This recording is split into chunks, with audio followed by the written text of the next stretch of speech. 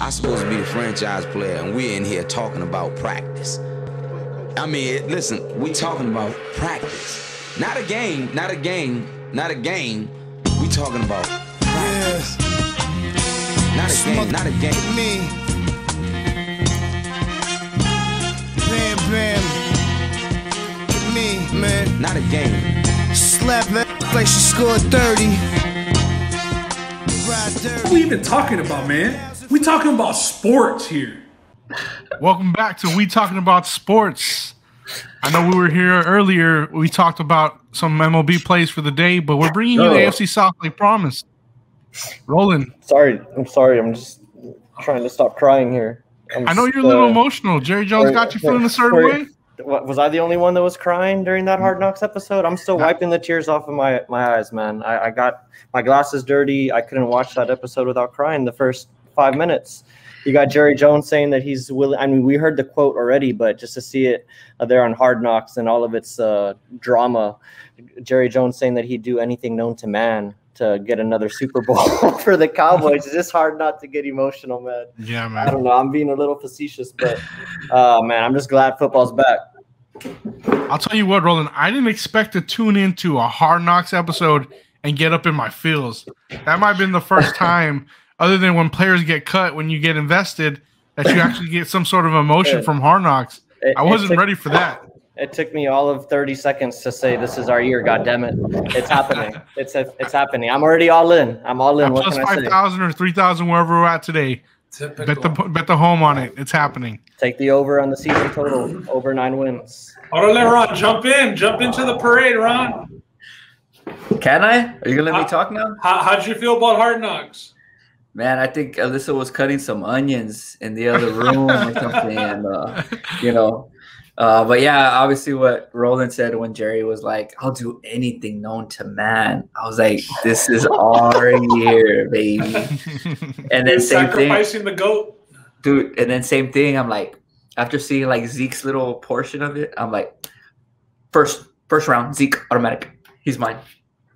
He's back. I think I moved Zeke up a couple of rankings in my draft order too. I'm right there with you. He looked good catching the ball out of the backfield, running that wheel route. Yeah, he looks a slim, trim Zeke. He hasn't been eating as much, so he looks like he's smaller than he did when he came out of college. He looks like to be in great shape.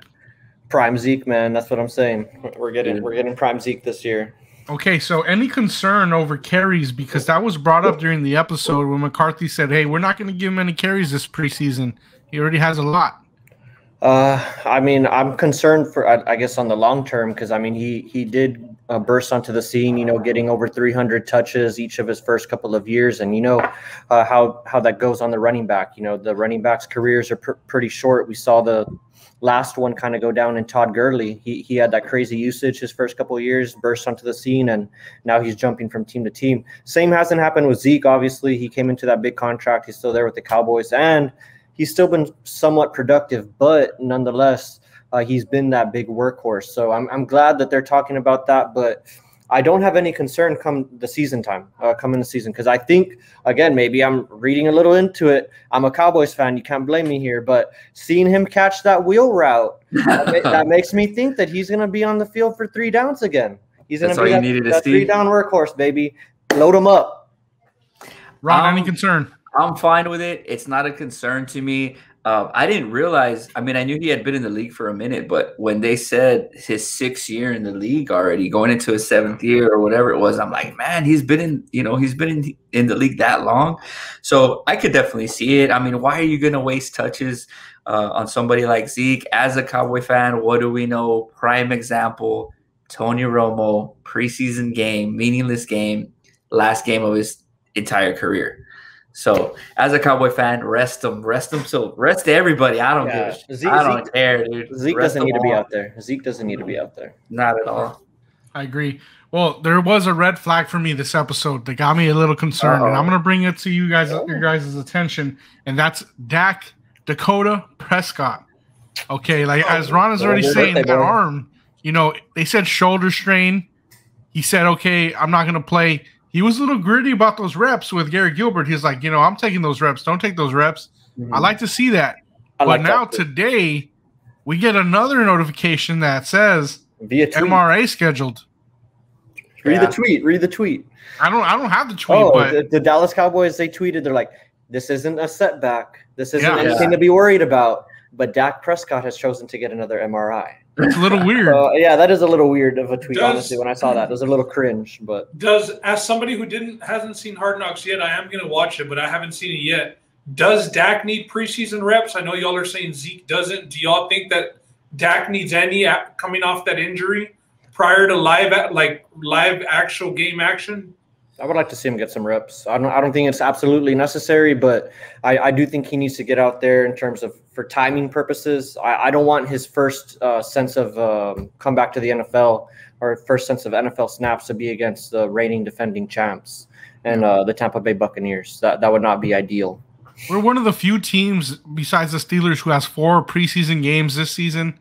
In Game 3, I would like to see maybe a series or 2 just to get some reps. In practice against live defenses, you know, when you practice against these defenses that you're going to play on Saturday or Sunday in the preseason, he's going to get his reps then. So I don't have no problem. But in a live game, Game 3, I would like to see a series or 2 from Dak at least. What do you guys think? Because I'm here thinking in my head, they just paid him, so there's no way in hell that he's not going to be playing. But on the other hand, do you think that they should play it safe because they did pay him all this money? Or do you think, hey, you got that money, you got that contract, you got to go out there and play, even if you're hurting a little bit? I would like to see, just like Justin said, last preseason game, get him in there, get him some reps.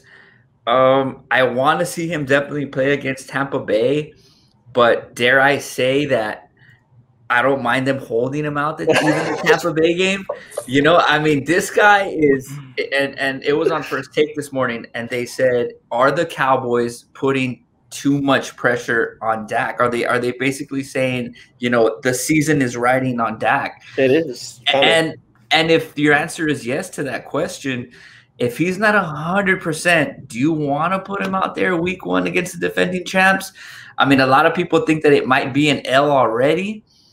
So I don't mind not seeing him play for the first week and just really just waiting till he's 100% healthy, man. We have to see him play. There's no options for us.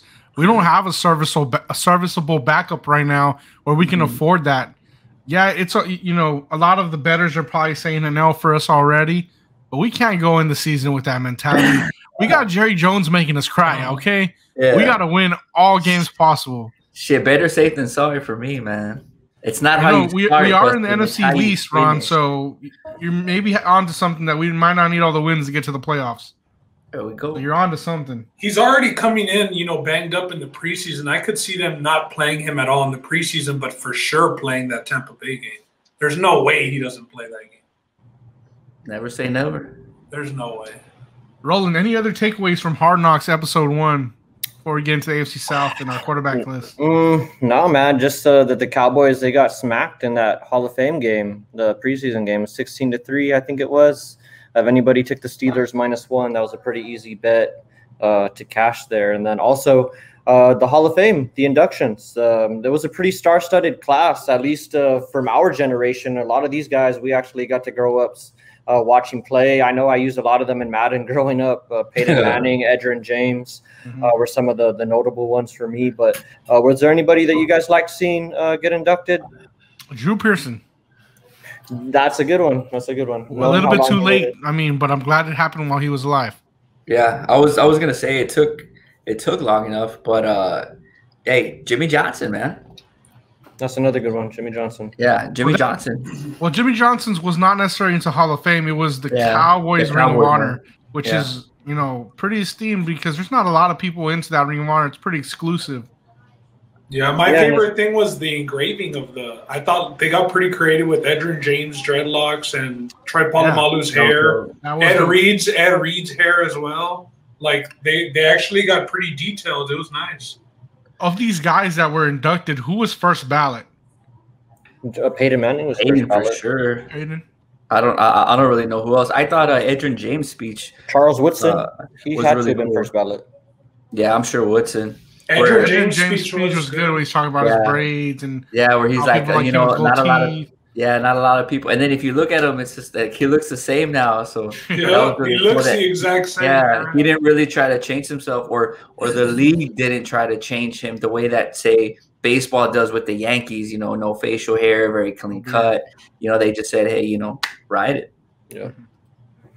But yeah, next year's class, maybe DeMarcus Ware will be one of the first ballots. I know they were talking about him being up for the class. Another notable name. I don't know if he's first ballot. Maybe a little bit of a debate here, depending on what you guys think. Steve Smith, Stay Icy. He's up for. I don't think he'll be first ballot. But yeah, I think he's a Hall of Famer, though. I think he'll eventually get in. Yeah. But yeah, man, that was a Hall of Fame game. Other preseason stuff that I saw before we move in, and it's on the topic of quarterbacks, so we can talk about it a little bit, is Joe Burrow. Joe Burrow saying that his recovery is going a little slower than expected. He's getting himself a little frustrated, trying to get used to the timing again. Also, Jamar Chase coming out of the same camp, not looking so good as he did in college. He's also saying he's getting acclimated to the change of speed, and after being off for a year, because he did opt out of playing at LSU last year, he's just trying to get back playing shape for the most part. Do any of those concern you? Because the Bengals are supposed to be a pretty good offense in terms of fantasy value potentially, and Burrow and Jamar Chase. I mean, I love me some Joey B, man. So when I read that, I was kind of like, damn, you know, it sucks, especially for somebody who is a Cowboy fan, where you see Dak recover so quick and he's already ready to go. I know the Burrow injury was a lot later than Dak's, or maybe, you know, a little bit later, not much, but I mean, I'm sure the Bengals fans are crushed. Yeah, I'm sure the Bengals fans are crushed. I mean, I'm a big young quarterback fan, you know, Herbert, Murray. So it sucks. It sucks for the Bengals fans who you go, just like you said, you go get this big receiver for him, ex-teammate, blah, blah, blah. It sucks, man, for them. And I'm a little bummed as an NFL fan to not have one of the top, you know, rated quarterbacks. So are you worried for Joe Burrow, or do you think he's going to be fine, continuing on his trajectory that he was before he got hurt? Yeah, man. I mean, freak athletes like that. I mean, these elite high school to college to NFL guys, I think, are just they have another DNA chromosome in them or something, bro, because they heal faster. They're superhuman kind of dudes. So yeah, I don't see him having any trouble. I mean, everybody's different. The bone might be taking a little bit longer to heal, whatever the case is, but he'll be back and he'll be 100%. Yeah. What do you think, Ben? Any worry here on Joe Burrow and that news out of camp? I mean, it sucks because you know that when he's healthy, you know that he's going to have you in games and he's going to have you competitive. But with injury, I mean, if he's not on the field, it definitely sucks, and it's going to hurt the Bengals a lot. It's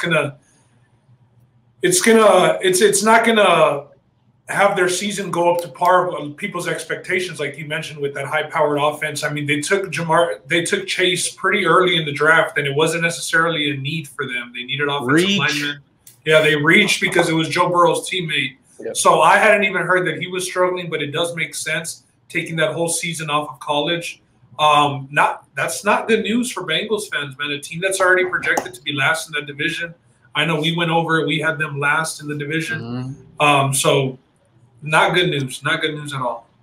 But nonetheless, we all mentioned it. You need the quarterback, and hearing news on Joe Burrow potentially not being there week one, or not that he's not going to be there week one, but that he's trying to still get up to speed from his injury, leads you to start thinking, hey, things might go south for the Bengals.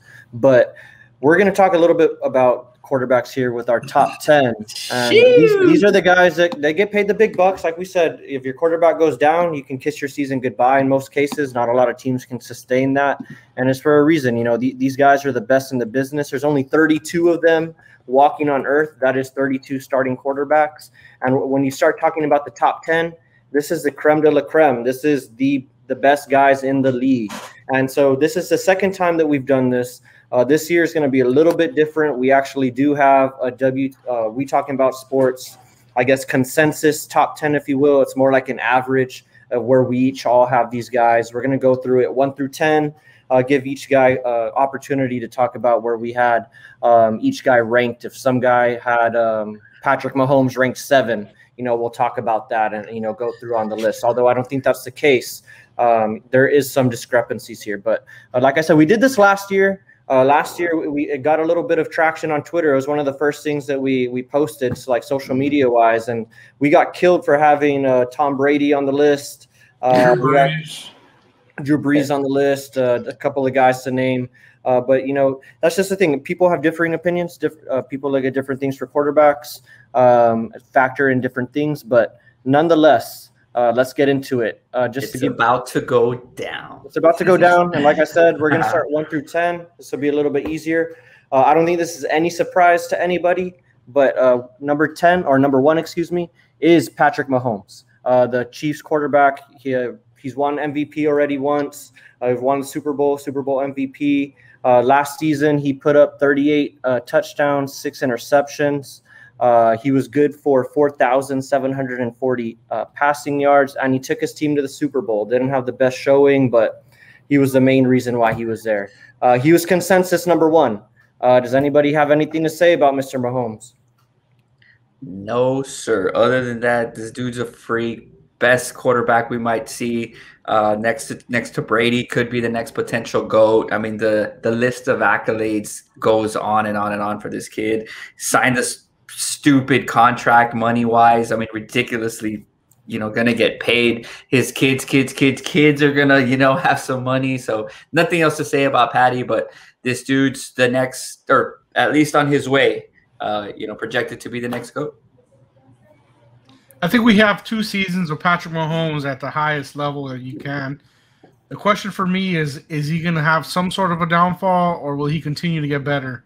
Because he's right there. I mean, there's no question. He's undisputed number 1 on our list for a reason. Mm-hmm. Yeah, we're talking about this year, Justin, so just, not fucking with you. The offense didn't lose anybody. You still got Tyreek. You still got Kelsey.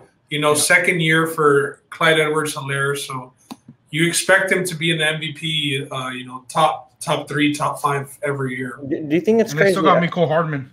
I think Justin brought up a good point. I know we were talking about this here, but do you think it's crazy when people start saying that Mahomes already ranks up there with the all-time greats, or does he still have more to prove? Do we think Ron's crazy? Is that what you're asking, Ron? Nah, not so much Ron, but I mean he's repeating what a lot of people have said. It's pretty obvious, man. Like just watching, you can tell that as long as the guy's healthy, and he has been pretty healthy for the most part of his career. He's had some injuries where we thought he was going to be out for the season, and he comes back and ends up in the Super Bowl. So I think the writing's on the wall, his plays on the wall. He wows you every Sunday.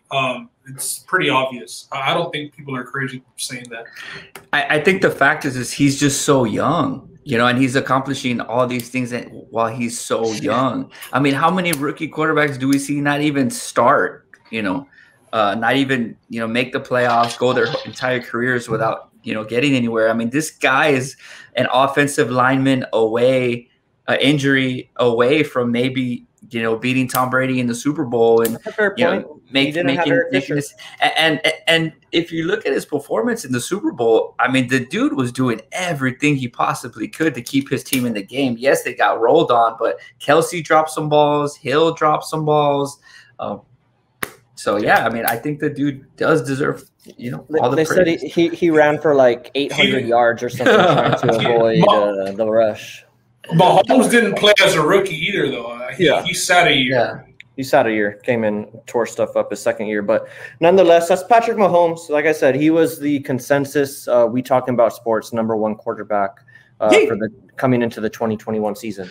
Now, this next guy was not consensus, but based on where everybody had him, it is none other than the reigning MVP, Aaron Rodgers, coming in at number 2. He did have 48 touchdowns, 5 interceptions last year. 48 touchdowns was good for first in the league, and he had about 4,300 passing yards. Took his team to the NFC Championship where they bowed out. I don't think there's much argument for him at number 2. I mean, him and Patrick Mahomes, if you want to talk about just pure arm talent, probably the best arms that we've seen in our generation, just talking about pure, just flinging it, this natural ability. All the drama that's been going on with Aaron Rodgers, I think you throw that to the side. When he laces them up, there's nobody better than number 12, or not many people better than 12. Agreed. Yeah, so I mean, go ahead, Justin, because I'm the only one who didn't take him. Yeah, we'll wait for you because you're the only one with a differing number 2. But for me, Aaron Rodgers made a lot of sense. Like you said, Roland, he can make all the throws. Back-to-back NFC Championship games, came up a little short, but that may not be as much as it is his fault than what it is the organization's fault. So him at number 2 was not a hard thing for me to put at. And I think I even had him last year at 2 also, I'm pretty sure.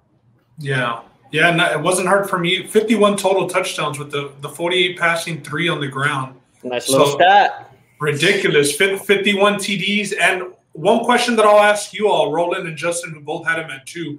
If he was in a new uniform this season, would you still have him at 2? Yes. Yep. I still have him at 2. And I'm glad you brought that up, because he's the only guy that I see on our top 10 that doesn't have a solid footing with his team. Like everybody else here is, they're pretty much going to be with their team for their franchise quarterback. Right. Yeah. He's the only one with a wishy-washy future. Yeah. Ron, you had Aaron Rodgers at 3? Yes, sir. Not too much discrepancy. Who did I have at 2, baby? Dak Prescott. Mr. Prescott. So I went against the consensus here. Reason being is I'm super biased. Everybody knows I'm a big Cowboy fan. To me, Dak's going to come back better than ever, on a tear. One, of course, after the injury. 2, because he wants to prove that he's worth the money. And also the little drama, in Green Bay, that maybe there's a little tension there. So maybe Rodgers doesn't have that crazy year. Yes, I know there's a lot of reasons why he can have a great year. The list does not finish on that. But there is a little tension in the organization, and maybe, a couple weeks, say he has a little injury, then the backup quarterback situation comes into play. With Dak, it's clear cut. He's the number 1, There's no quarterback controversy, nothing like that. So I feel he's a little bit more focused. The Cowboys are more focused on him opposed to Green Bay with Rodgers. So that's why I went with Dak number 2 and Rodgers number 3. Yeah, and not to get confused. If somebody has someone higher or lower, like at the top 10, you're really splitting hairs, unless like you're at Patrick Mahomes, who I think everybody had at number 1. So yeah, I don't think it's anything bad on these guys, but. Then moving on to number 3, and I say that because 3 and 4 was really close, just based on how we had each guy ranked. Number 3, we had Tom Brady. Had Tom Brady. Well, 3 for the consensus. Okay. Is number 3. Yeah. Averaging out. It is. I'm sorry. I saw that. Yeah. A lot of averages here. For the consensus, Tom Brady did come in at number 3. It was close. It was between him and Josh Allen. I think, Ron, you were the tiebreaker, ranking Brady at 4. Came in and gave him the extra boost to come in at number 3. But Tom Brady, he had another strong year last year. He led his team to the Super Bowl, got number 7. A lot of that for me, like I said, his ranking. He doesn't have the best stats out of these quarterbacks. He had 40 touchdowns, 12 interceptions, 4,600 passing yards. So the numbers are there. They might not be the best, but he's a winner. And I give a lot of respect to him winning his 7th Super Bowl at his advanced age of like 43. I don't know how old he is right now, kind of lose count. And I kind of don't think it matters anymore with Tom Brady. I'm just going to stop looking at his age, because I think that's a lot of what went into people writing him off last year. I saw a lot of people having him, in the top 10 still, but maybe towards the bottom. And I just think when it's number 12, and number 12 being Tom Brady, you're always going to have a chance to win. You're always going to be in the situation. And he's been doing it for longer than anybody I can imagine. So I'm more than happy to give him the number 3 ranking. But, I mean, I'm going to toss it over to Justin, because you had him ranked lower than everybody. You had him at number 5. Yeah, I had him at 5, and last year I had him at 4. So I'd like to say that I'm pretty consistent. And last year I got ripped apart for even having him in my top 5. Same here. But I feel validated with that Super Bowl win and vindicated because of it. He did, he does get a year older. I do expect that Bucs team to be really good with the supporting cast he has around him. They didn't lose any of their starters. They're coming back with all their starters. So I have no problem putting him in my top 5. The only thing is a guy who I ripped apart last year is now in my top 5 with Josh Allen. So I just got him just a notch above Brady. But at the end of the day, for me, Brady was the system at the Patriots. I have no problem in putting him as my top 5 right now. Definitely Brady gets a nod for me because of longevity over Allen. But I'll throw it next to Ben. You had him at number 4. Yeah, I had Brady at 4. I mean, not far off, and it's pretty much just based off what you said. You're going to be there every year as long as Brady's on your team. For the most part, you're going to have a chance to win it all. You're going to be in contention, and that's got to keep you top 5. Last year, I had him at number 6, just out of the top 5. But you go out and win a Super Bowl and shit, nobody should be able to deny you top 5. Yeah, same here. I mean, we started off the show talking about first ballot Hall of Famers and stuff, and I mean, this guy's it. I mean, if anybody's a first ballot Hall of Famer, you know, it's Tom Brady. Yeah, I mean, it's Tom Brady, man. So how do you not? If Tom Brady's in the league, he's got to be in your top 10 no matter what. So it was easy for me putting him at 4 right after, you know, elite guys like Patrick Mahomes, like Rodgers, and Dak. After Brady, this is where you kind of things start getting really, really close. So yeah, things start getting close, and the guys start getting younger, because we just talked about Aaron Rodgers and Tom Brady. They're 2 of the guys, you know, holding the old guard together. They're in the top 5. But moving on to number 4, we just talked about him a little bit being super close in our ranking with Brady, is Josh Allen. This guy really sprung onto the scene last year. We all knew about him because he was a high-profile draft pick coming out of Wyoming, getting drafted by the Bills. But this guy, he put the team on his back. 37 passing touchdowns, 10 interceptions, 4,500 passing yards. Looking for his rushing stats right now. Don't have them right in front of me. Rushing, he was good for 8 touchdowns rushing, and 630 rushing yards. Dude, so, sleeper on the ground, man. Monster fantasy quarterback. And this also translated to wins for his team, which is also very, very important, and why I had him ranked high in my rankings. I put him at number 5, but I have no problem with him at 4. He's just a guy that's going to do it all for you. The only thing for me is, and why I didn't have him ranked higher, is he only has 1 year of proven play at the top. So that's where I have him. I'm going to throw it over to the guy who had him ranked highest. And this is a guy that's been on him for a little while. That's Ben. Ben, you had him at 3. Yeah, Josh Allen at number 3. The dual threatness. And I know how you say it's only been 1 year, but the expectations for the Bills this year are pretty big. And because of 17. And because of 17, it's not going to be because of the running game. I mean, we don't even know who the starting running back is going to be yet between Zach Moss and Devin Singletary. So it's because of Josh Allen. So the team's going to go as far as Josh Allen gets them, and he does it through the ground and through the air. So you got to value that. He does it through the air better than some of the guys that do it better on the ground, and he does it on the ground better than some of the guys that do it on the air. So he gives you that dual threat ability, and I like him at number 3. I expect him to repeat last season. MVP talks again this year. Ben switches from the Texans to Bills Mafia, and all of a sudden Josh Allen is number 3 on the list. I thought you said something wrong because you had him at 5. The numbers back it up. The numbers back it up. Yeah, if you were still a Texans fan, Watson would have been there. You got to now. Watson's not playing this year, so why would I know? I'm saying like if you know things would have no controversy with him with all those girls and stuff, pulling a Robert Kraft. You know, no. Hey, but Robert Kraft is chilling right now. All right, who we got next? Yeah, okay, so you're talking about where you had him. You had him at 5. Yeah, me and Roland. I mean, the smartest guys here. I mean, we ranked them in the perfect position at 5. Not too far off from 4. Yeah, not. I mean, not too far off. I mean, he's right under the elite guys, and he's at the top of the above average quarterback. So me and Ben talk about it in basketball, stars and superstars. This guy's a star right now, but he's not at that superstar level. He's perfectly right where I think he needs to be, in the middle of the pack. You know, once the guys like Brady, Rodgers, you know, they all start leaving the league, this is a guy who can take over the reins as that dominant QB1 in the league. And he's got that pure arm talent that we all like to talk about. Very true, yeah. The guy could sling it, man. Yeah. And he's a big dude. Like, you know, size-wise, he's like solid. You know, he's not sliding. He's not sliding. He's not sliding. You should have him ranked higher the way you're describing him, bro. Yeah. The way you're describing him in detail, you should have him ranked higher.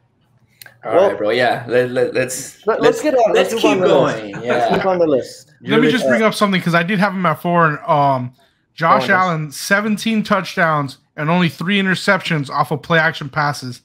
This might be the play action king. 79.1% adjusted completion rate. Those are things to look at. That's why I had him at 4. Is that off that PFF? Oh, that's a little focus right there that I got going on. Little statistical notes for you. Some education. I like that. Justin's been coming hard since the day pod earlier. So get ready, man, because he's bringing it today. All right, well he's gonna have to bring it on this next one because this is our guy. This is our guy. We already talked about him a little bit, but it's none other than Dak Prescott. He comes in at number 5. Like we just talked about, Ron had him ranked at 2, just to give you guys a little bit of perspective. A star ranked at 2, because he ain't no superstar. Everybody else had him ranked. I had him at 6. Justin had him at 6, and Ben had him all the way down at 8. So Ben, do you want to talk a little bit about why you had him at 8? Just because he blew his ankle out last year, and there's already question marks of injury question marks going into the year. I'm just not going to stamp it and say, hey, this guy's just going to come in and be healthy when we already have, speed bumps in, before the comeback. We're here debating about, are they going to give him live reps or are they not going to give him live reps to protect him? So if we're debating his health that much, I don't think that we can rank him that high and have the expectations be so high, because he's got maybe the most pressure out of any of these quarterbacks in the top 10, if we're being honest. And you bring up a good point. His ankle, pretty much for all intents and purposes, did blow up on him in that 5th game of the season. But while he was playing in those 5 games, I mean, he pretty much threw for 1,900 yards, MVP. 9 touchdowns, 4 but it interceptions. didn't translate to wins. Didn't translate to wins. They were 2-3 in those 5 games that he played. But he was on pace to throw like 6,000 yards. So, I mean, the numbers were going to be there if he continued playing. Hey, Russell's on pace we're not to do talking a lot about last quarterback. year, We're not talking about quarterback wins. We're talking about quarterback ranks. And he was ranked at the top last year before the injury as a potential MVP. The 5 guys that we're ranking that have been ranked in the top 5, the other guys, Brady, Rodgers, Mahomes, Allen, I mean, all those guys get wins for their teams. We're talking about the AFC title game. And that's fine, Ben. If you want to do your rankings based off of wins, you can do everything together. But this is your list. This our list. However we assembled it. Well, yeah, but we're here to debate it. I mean, if it's gonna hurt y'all's feelings, I won't put up a fight at all. No, not at all. I'm just trying to give you where I was the only one who had him at 8, so I was just trying to defend why I had him lower than everybody else. And that's fair. And I'm just giving you my thought process on why I had him higher. Well, I don't disagree with 5, but 2 is ridiculous. I mean, 2 is. Well, I mean, you have Kyler ranked above him, and Kyler didn't win any games last year. But we're not there yet. He was available. He was available. We're not there yet. Well, nonetheless, I think you do have a point. You got to play the games. That's where it comes down for me when it comes down to. I would have probably had him, honestly, if he continued on his pace of the way he was playing. I could see him ranked as high as like 5 or 4 in my list, maybe above Allen or Wilson. But he did not play those games, so that's why I had him down at 6. But I don't have a problem with him in the top 10. 5 and 6 is right around the range. Some of us are higher. Ron had him at 2. He said why he had him at 2, and that's just fine. That's why we do these rankings. Moving on though to this next one, this is another one that is high controversy. He's a polarizing figure. You either love him or you hate him. I know of somebody here who does not like him very much. I know somebody else here who doesn't like him because he wasn't even in the top 10, and that's Russell Wilson. I hate the guy, but at least I had him in the top 10. Russell Wilson, he comes in at number 6. A lot of that is because Ron did not have him in his top 10. I had him at 4. Justin had him at 3. And Ben had him at 5. So not too much discrepancy between the 3 of us. But Ron, I mean, I'm not even going to read off the stats. Why didn't you have Russell Wilson in your top 10? Just like we talked about in the other podcast, I'll just keep it short. I think the whole let Russ cook thing is done. I think it's done. He has no running game. He's not going to be able to scramble as much anymore. He has a solid receiver, but I just don't see him getting it done this year, man. All that stuff's over with. I'm not saying I have him at like 16th, 17th. I mean, he's still there, top 15. Honorable mention. Yeah, honorable mention guy. He's not the Russell with the beast mode anymore. He's not that guy. And you can only scramble so much, bro, in your career until you start getting beat up. You know, he's getting older. He's not the youngest guy in the league anymore. So will his body be able to sustain all those hits? He was sacked a lot last year as well. He has, you know, he can throw some picks here and there too. I mean, he's not this, you know, an insanely accurate guy. Smaller in size. So those are just some of the things that I was thinking of when I put him and I compare him to the other 10 guys on my list. So those are some of the cons, and, you know, I respect you giving your opinion on that. But Justin, I mean, you're a guy that had him ranked at 3, so you obviously see something that you like in Russell Wilson's game. Is it the long ball that you like? Is it his propension to be clutch and scramble the around? Improvisation, but at the same time, that's my biggest worry coming into the season, because he's always been able to improvise and get, you know, extended yardage on his throws. I don't know if he's going to be able to do that at the same level this year with that makeshift offensive line they had last year. This would be the asterisk next to Russell Wilson at 3 for me. I had him at 3 because I'm worried that he's not going to be able to do the things he did these past seasons. But the reason I also had him high up there is because we got to go look at these past 5 seasons. You look at consistency, and he's been one of the most consistent there. So I had to put him up at least at that top 3 list there. Best deep ball thrower in the league by PFF metrics in terms of big time throws. So, I mean, he's going to get you the ball, and he has a burner in DK Metcalf. Ben, I know you've been a guy that's been pretty vocal about Russell Wilson being considered an elite quarterback, whatever that might mean nowadays. You had him at 5. So, I mean, that's elite.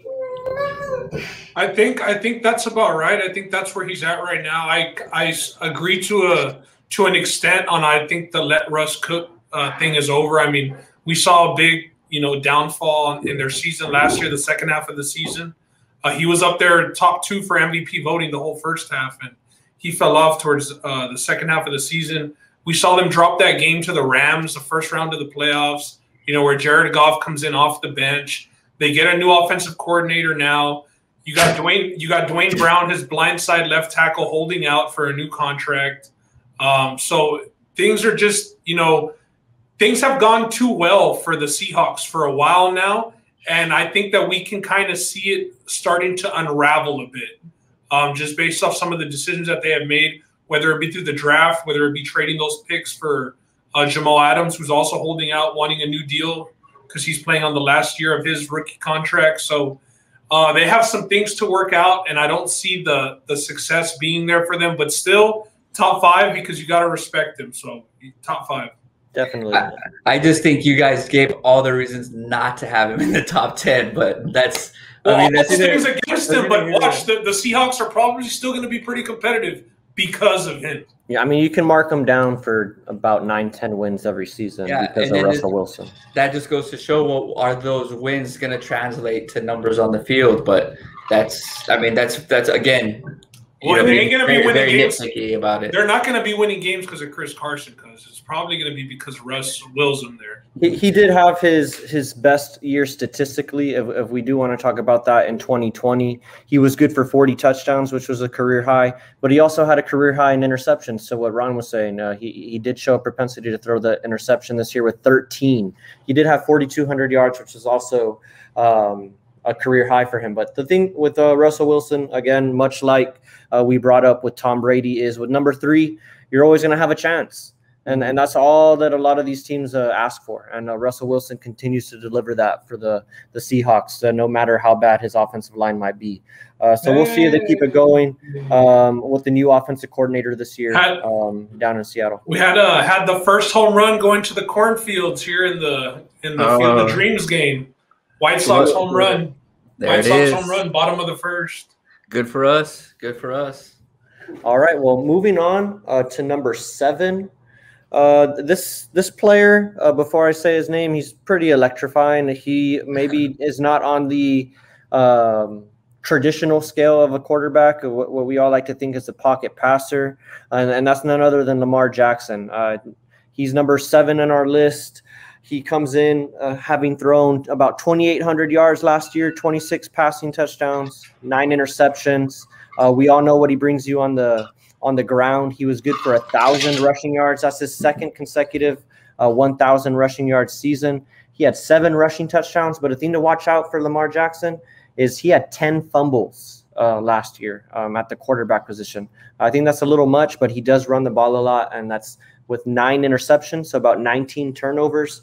We all know Lamar Jackson, his Achilles heel has been pushing the ball down the field. Whether or not you say Marquise Brown is not really a true number one and he shouldn't be a number one on any receiving core, or you just look at Lamar Jackson maybe not developing himself as a passer. Either way, he finds himself at number 7 in our list. That's about where I had him. Who wants to take it first on Lamar Jackson? I'll go because last year I had him at number 2 coming off his MVP season. I know I did what you did with Dak this year, but Camarado's at least coming off an MVP, not a blown up ankle. So, but he hasn't developed passing. That's pretty much where it is.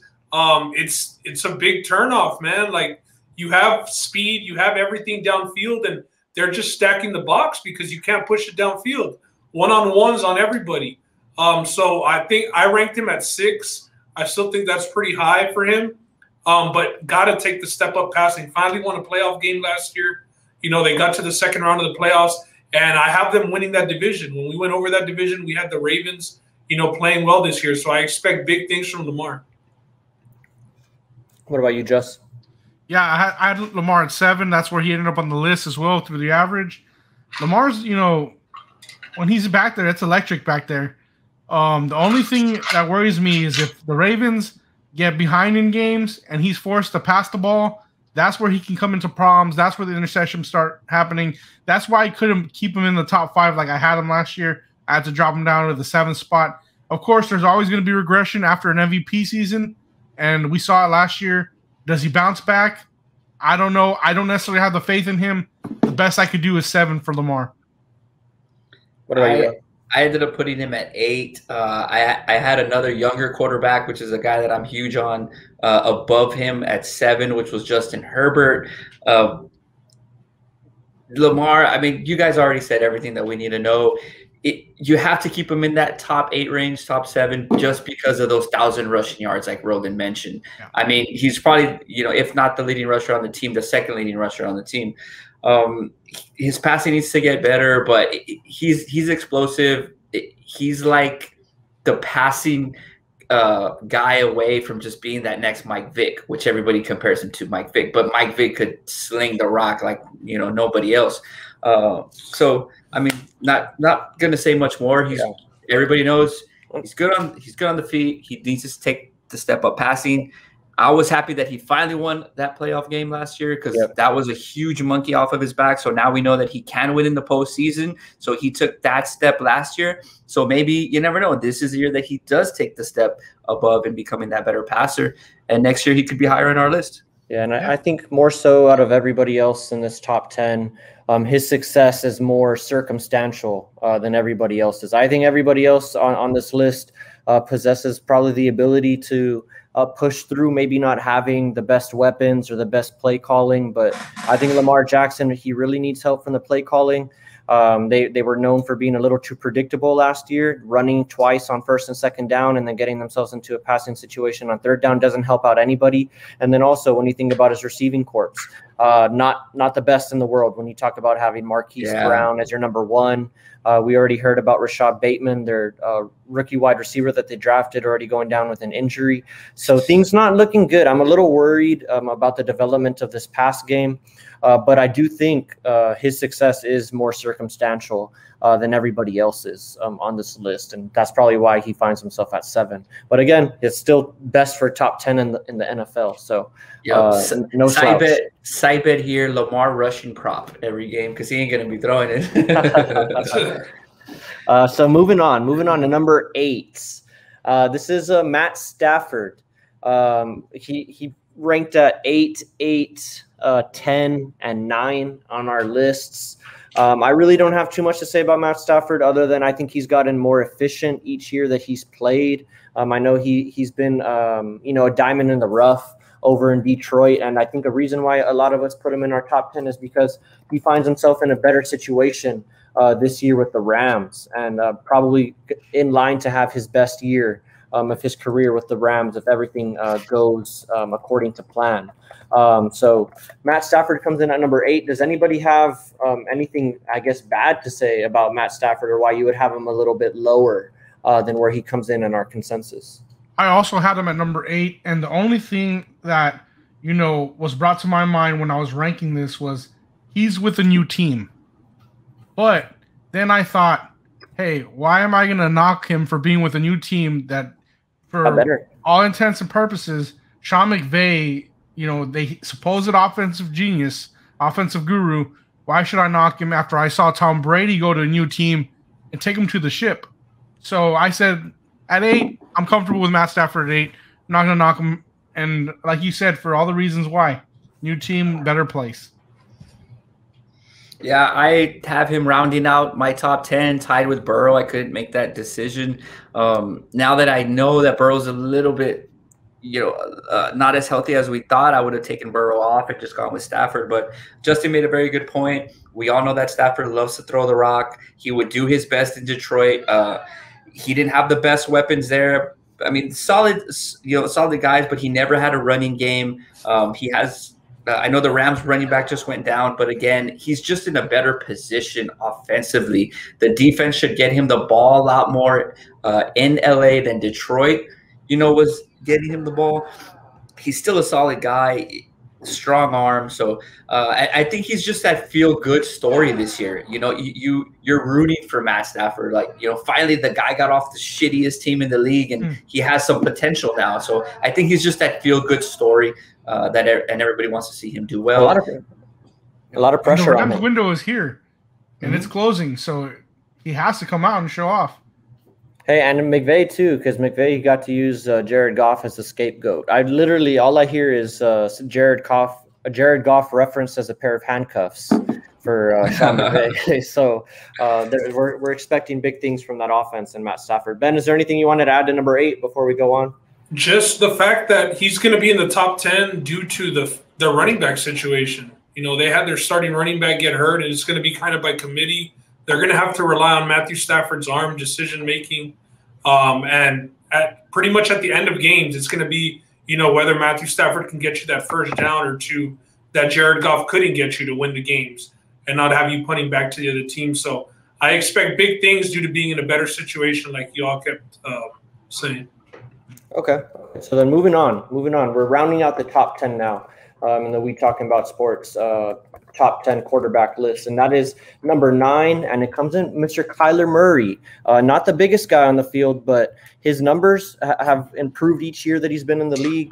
He had 26 passing touchdowns last year, 12 interceptions, about 4,000 passing yards, and he also contributed a bit on the ground. He did have 819 rushing yards, which I thought that's pretty impressive. And he had I can't find the touchdowns. I'm blanking on 11 rushing touchdowns. 11. That's pretty impressive. So about 37 all-purpose touchdowns. Kyler Murray, we all know he's a part of that offense down there in Arizona with Cliff Kingsbury. I didn't have him on my list just because I'd like to see a little bit more consistency out of him, and I would also like to see some W's. Now, I know that's not all on number 1, Kyler Murray. He does play for the Cardinals, which has not been the best of teams in the past, and you can't expect one guy to do it all. But, yeah, that's why I didn't have him in my list. The guy that had him the highest out of all of us is Ben. So, Ben, lead us off with number 7. I had him 10 on my list last year, and I thought that he, played up to expectations. I thought he was better than the 10th best quarterback last year. Although, like you said, it didn't translate much into wins, but he was a do-it-all. I mean, when you were reading out his stats, it was on the ground, it was through the air. They've only added more weapons offensively, and you got to think, we talked about their coach being on the hot seat, so this is a big make-or-break year for the Arizona Cardinals. I'm expecting big things out of Kyler, but I'm still not expecting it to translate to very many wins this year. Well, Kyler did not make my top 10 last year, but this year he breaks in. The reason being is 2 years he's getting better. The second year he was better. I expect a little more progression, and they've surrounded him with talent. I mean, when you got Hopkins on your team, I just see you going up, and that's why he makes my number 9.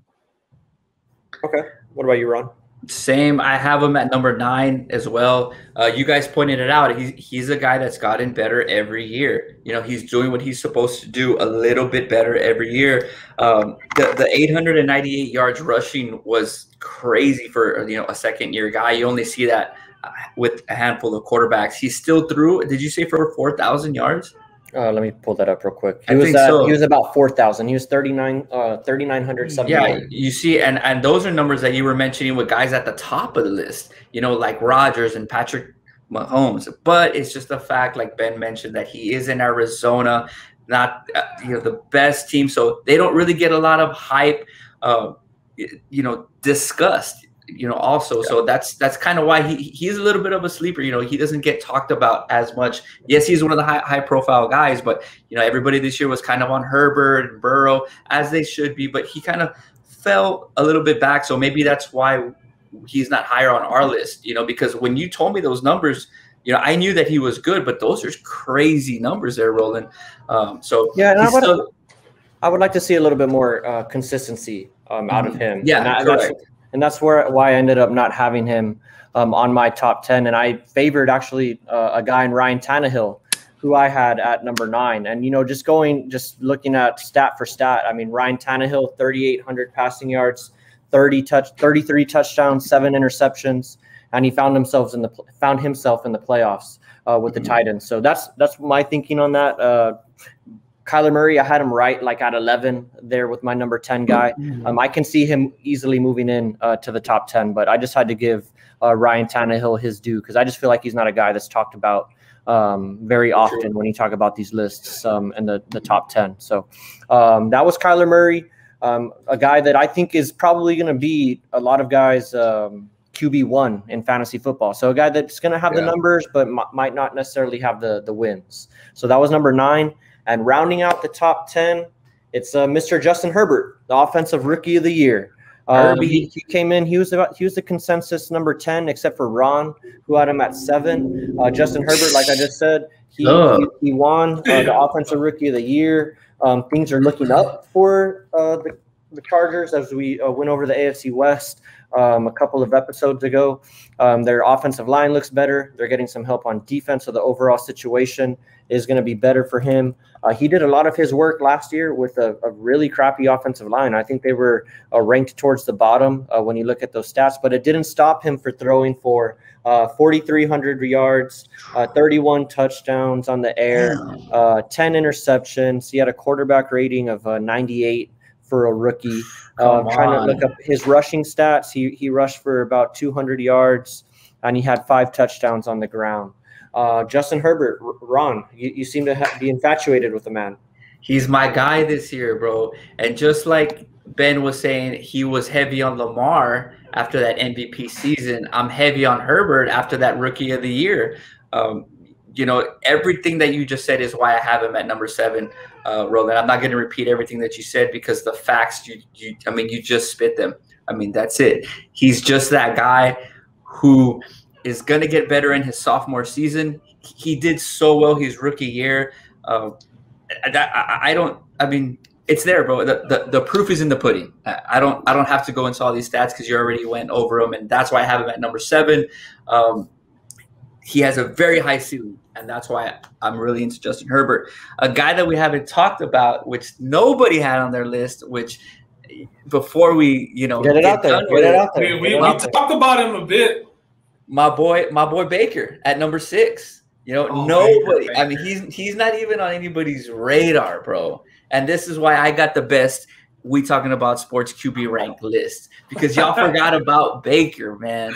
Now, yes, he's not doesn't have these explosive numbers, but if Ben wants to talk about wins, what did he do last year? He only led the Cleveland Browns to their best season ever. Mm-hmm. He didn't have a lot of regression as far as high-profile targets leaving. Chubb just got a new deal. His running back core is solid. His receiving core is solid. The defense is solid. You guys slept on Baker Mayfield. I had him at number 6, which some say could still be high, but he's going to do great things this year. So for everybody listening up there on the We Talking About Sports podcast, remember, Baker Mayfield, man. This is the year. All right. Justin, you talked about Herbert. You've liked him for a little while, Justin. Yeah. No, Herbert for. Oh, sorry. Yeah. Yeah. So getting back to Herbert, like Roland mentioned, broke the rookie touchdown record. On fire with that offensive line. We have one of the Pouncey brothers anchoring that line. Man, and the other thing last year that really also helped, I think, is not having to worry about getting replaced, because sometimes they start a rookie, then they replace him. Because Tyrod Taylor wasn't an option for them after they punctured his lung. So he didn't have to worry about that at all. And I think it showed. I think the faith will be there and him to take a bigger leap. I'm all in on a Herbert. Roland, the only thing that surprised me on this list was you at 10 picking Herbert. I thought for sure you would have Carson Wentz after the MVP season he almost had at number 10. Man. I mean, you gotta factor that into your top 10 list when you're thinking about these guys as Carson Wentz and what he did in 2017. I was surprised too. Justin Herbert, though, I'm glad you brought that up because I just want to read something real quick. He had a higher passer rating when the pocket broke down versus when he was kept clean. So he's a guy that can do it on the run. He doesn't strike you as a mobile quarterback, but he's definitely got some wheels on him. Justin, what was that stat about somebody winning the MVP 2-3 years, or almost winning the MVP? What quarterback was it? Was it Wentz that everybody's talking about? It was Wentz. What, right? Okay. I just wanted to make sure that Roland heard that one more time. I don't know if I can take it.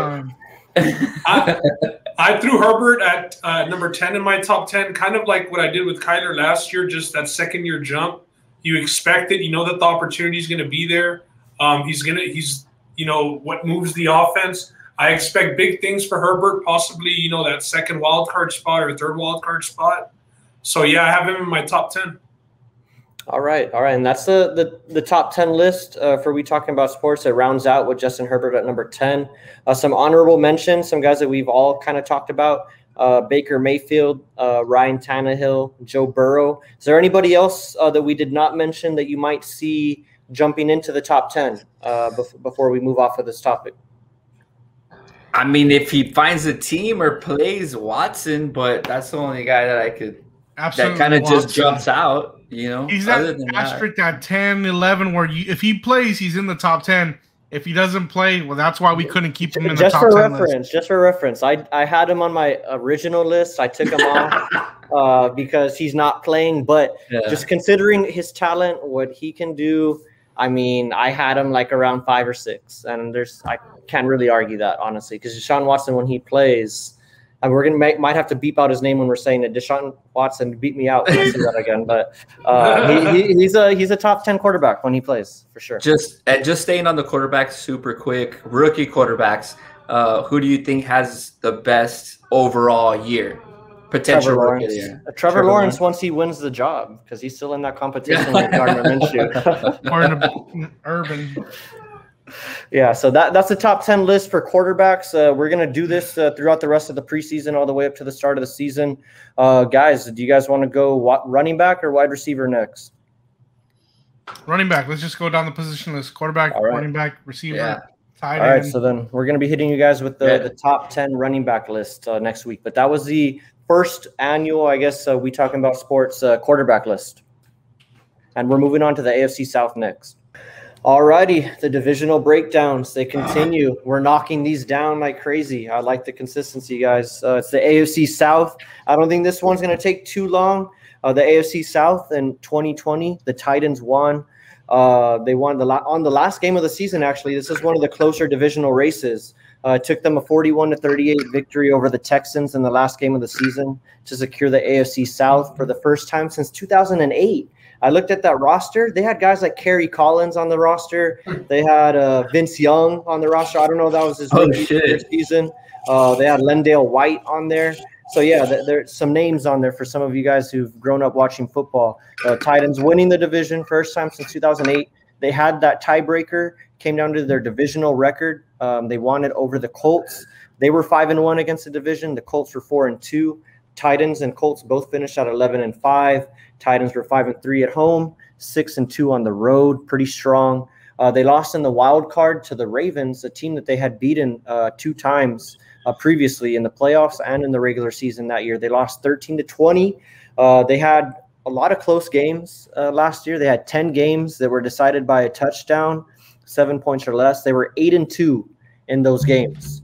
Their 2021 props, notable props for them, plus 2,200 to win the Super Bowl, plus 1,200 to win the AFC Championship. Their season total is set at 9.5, juiced to the over at minus 145. To win the AFC South, they're minus 140. And they're one of the few teams that you'll find with a non-quarterback with the best odds to win MVP. And that's Derrick Henry. King Henry is plus 2,800 to win the MVP. Their big storyline, as we all know, is the addition of Mr. Julio Jones, who's been a consensus top 5 receiver. Some guys have had him ranked number 1 the past couple of years. I know Justin's pretty high on Julio as it goes historically. He was added to the roster in 2021. That was their big splash. So now it's him and A.J. Brown on the perimeter. They added Bud Dupree on the edge, trying to beef up that secondary with Janoris Jenkins. They also used a first-round draft pick on Caleb Farley, a cornerback out of Virginia Tech, who I was tracking him because he was a potential Cowboy draft pick as we were looking at the corners.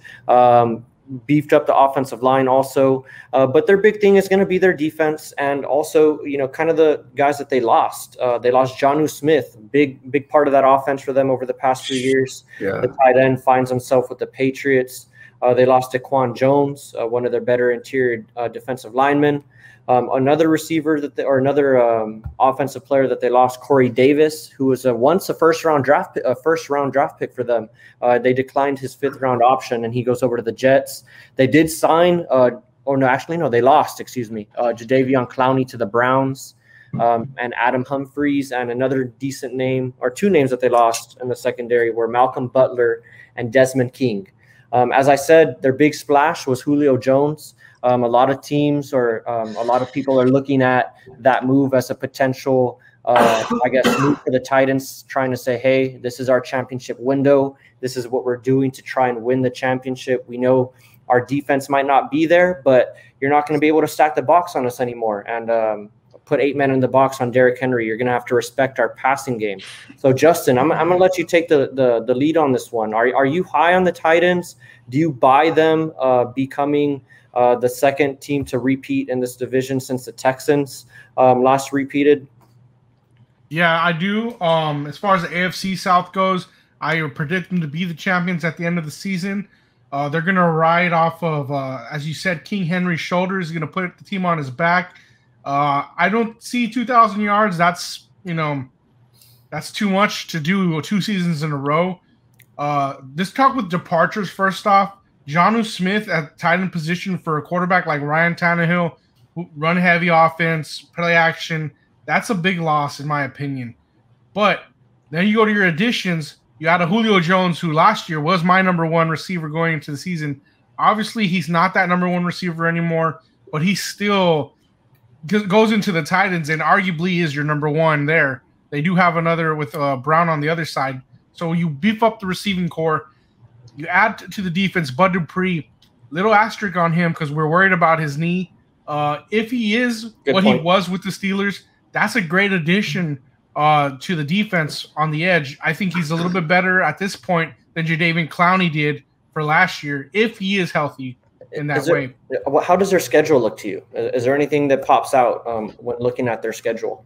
They're ranked 13th on strength of schedule, by the way. Well, just the away game in Pittsburgh in December. Houston, to me this year, especially without Deshaun Watson, if he's not playing, I think they can win both games over there.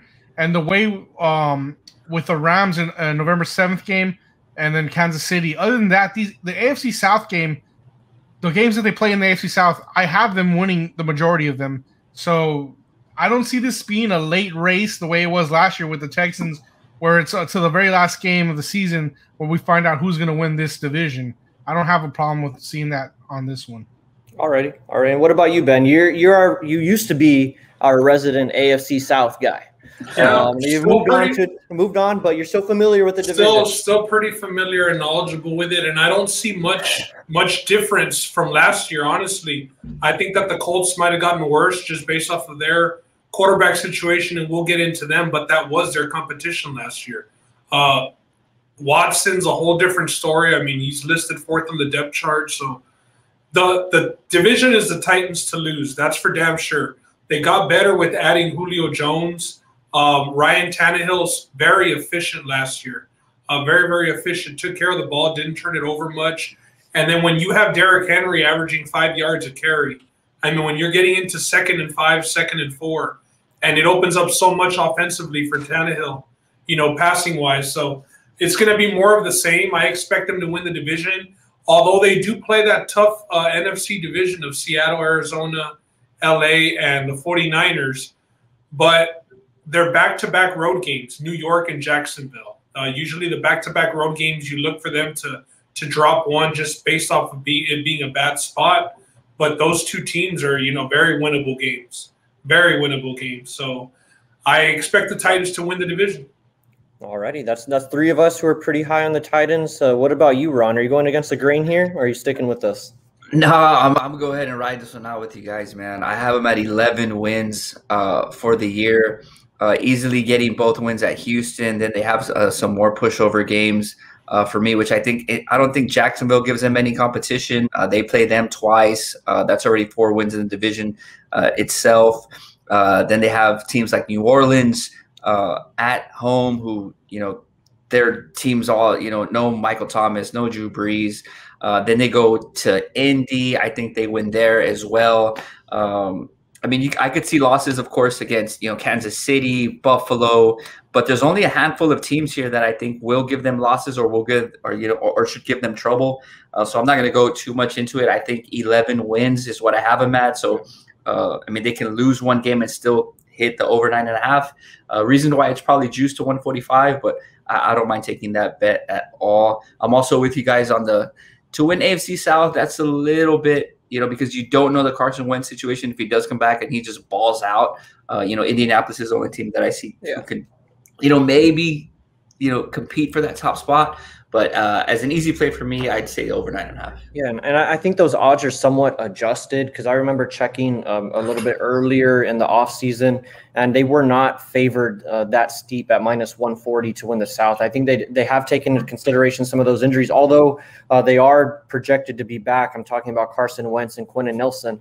The thing that scares me off of the Colts, and we'll talk about that more in depth with the Colts, and which is why I'm leaning towards the Titans to win this division, is I don't like the fact that Carson Wentz is going to miss his whole preseason and his whole offseason with his new team, and he's going to be getting acclimated starting week 1. I don't think that's a good recipe, especially when you're talking about trying to win this division that's really between the Colts and the Titans for all intents and purposes. I had the Titans pegged around 11 games at best case, and I have them right about 10. If I were a gun to my head, if I were to give them a record, I'd probably say 10-7 is a safe bet. But I think that gets it done for the division. So I think without further ado, we'll introduce our first bet for this division, and that is the Titans to win the AFC South at -140. Anybody have anything to add to that? I do like where their bye week sits at week 13. You know, you kind of have a bye week to get your guys healthy, you know, and get that little push before the playoff, get some momentum going into the playoffs, you know, that home stretch of the season. So I like the way that works out for them. I don't love the fact that they lost all those guys on the defensive side, but they still glaring weakness. Yeah, but they still went and added to that. They addressed those issues just like we talked about how teams do. They didn't, you know, put that on the back burner and not focus on getting you know, guys to fill in those defensive spots that were gone. So their secondary definitely is a big question mark. But when you go out and spend your first round pick on secondary, at least you're able to acknowledge it, and you're filling that need. So Vrabel is a defensive coach as well, so they'll figure it out. So that is the Titans to win the AFC South at -140. And Ron, where can we put this stuff in if we want to put? You already know it's right here. Bet King Online, man. You guys already know what it is. Bet King Online. Use code WTBS. I'm just gonna keep it simple today. If you have a Twitter, search box, Bet King Online. You see them pop up first. Throw the follow. All right, let's get those followers up, and then message them and say, hey, we heard about you guys and we're talking about sports.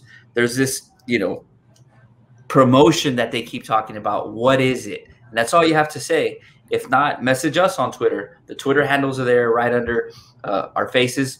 So good deal. Let's start it up.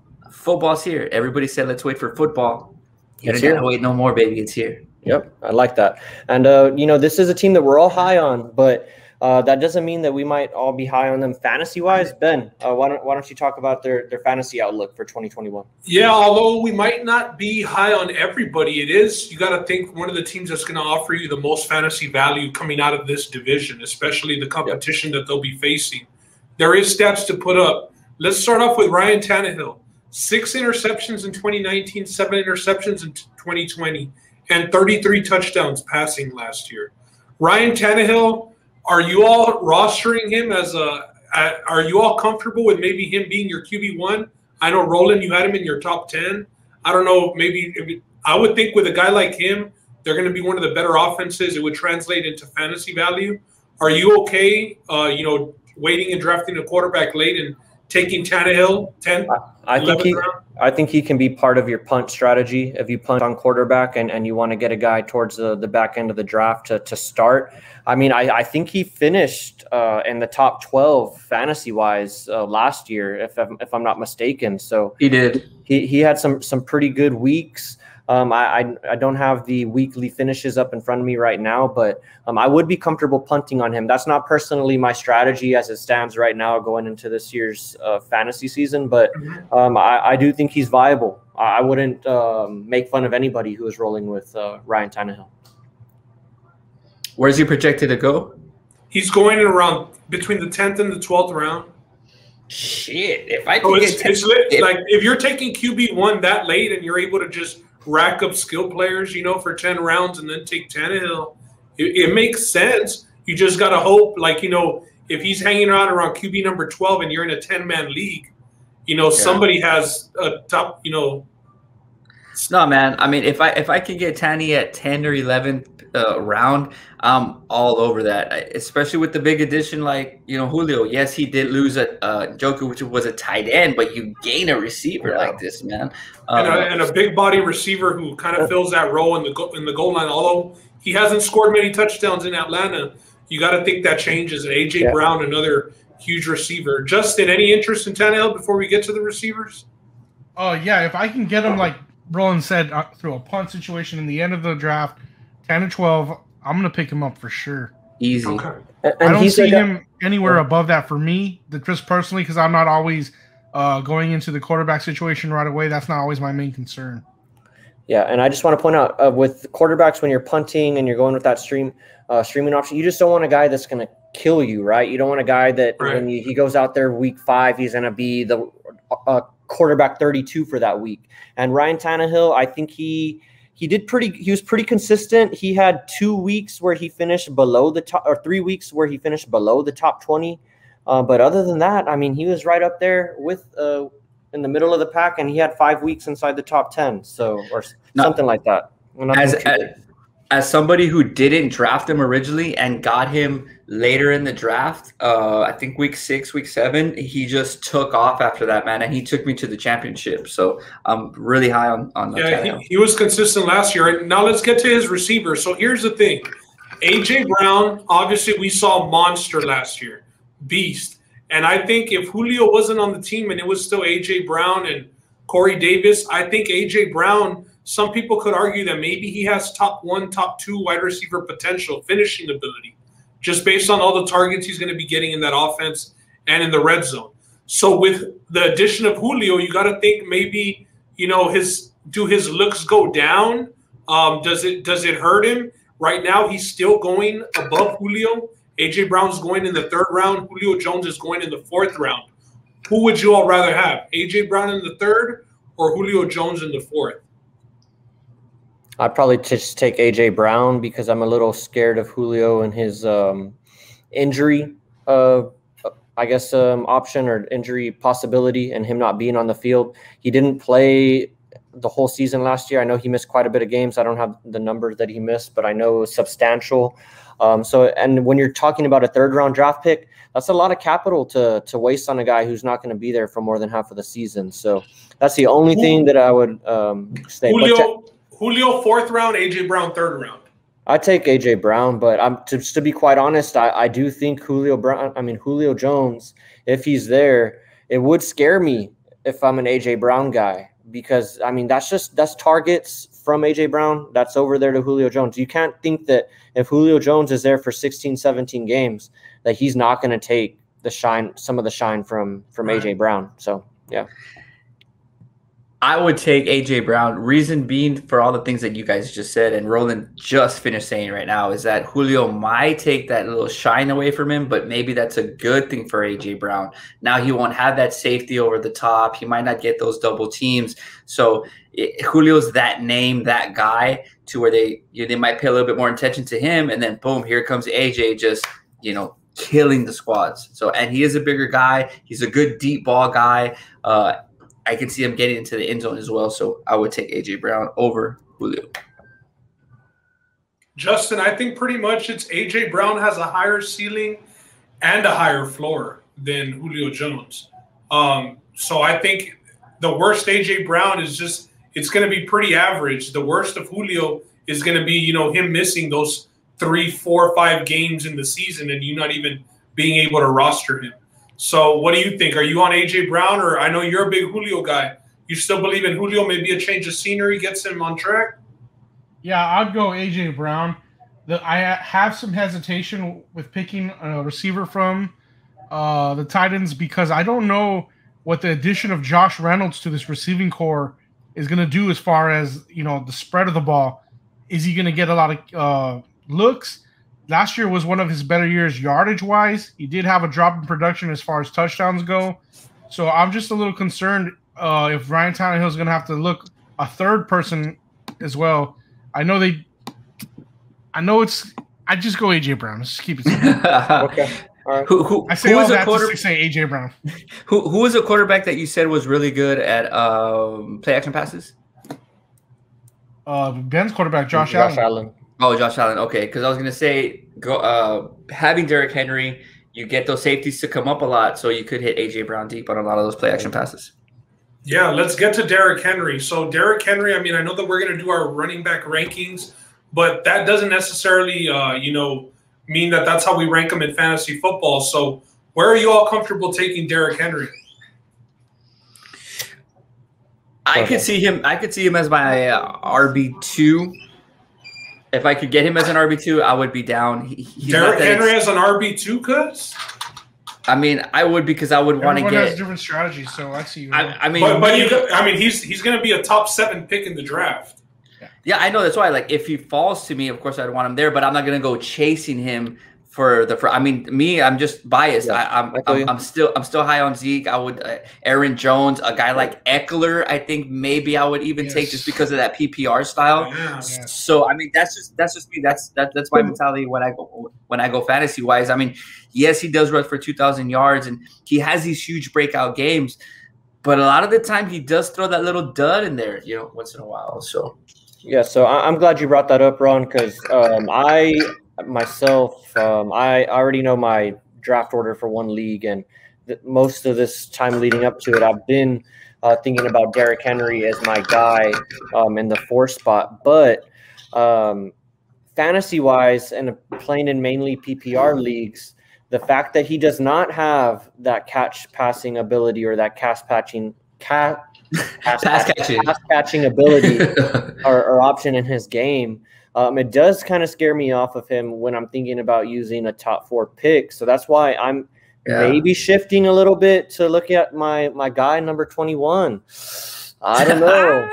That spot, but I wouldn't go so far as to say that, Derrick Henry would be like an RB2 guy, because I just don't think that's going to happen. I think if you're drafting at number 4 and you take, just like me, if I take Zeke at 4 instead of Henry, I'm pretty sure the next guy or two is going to take Derrick Henry.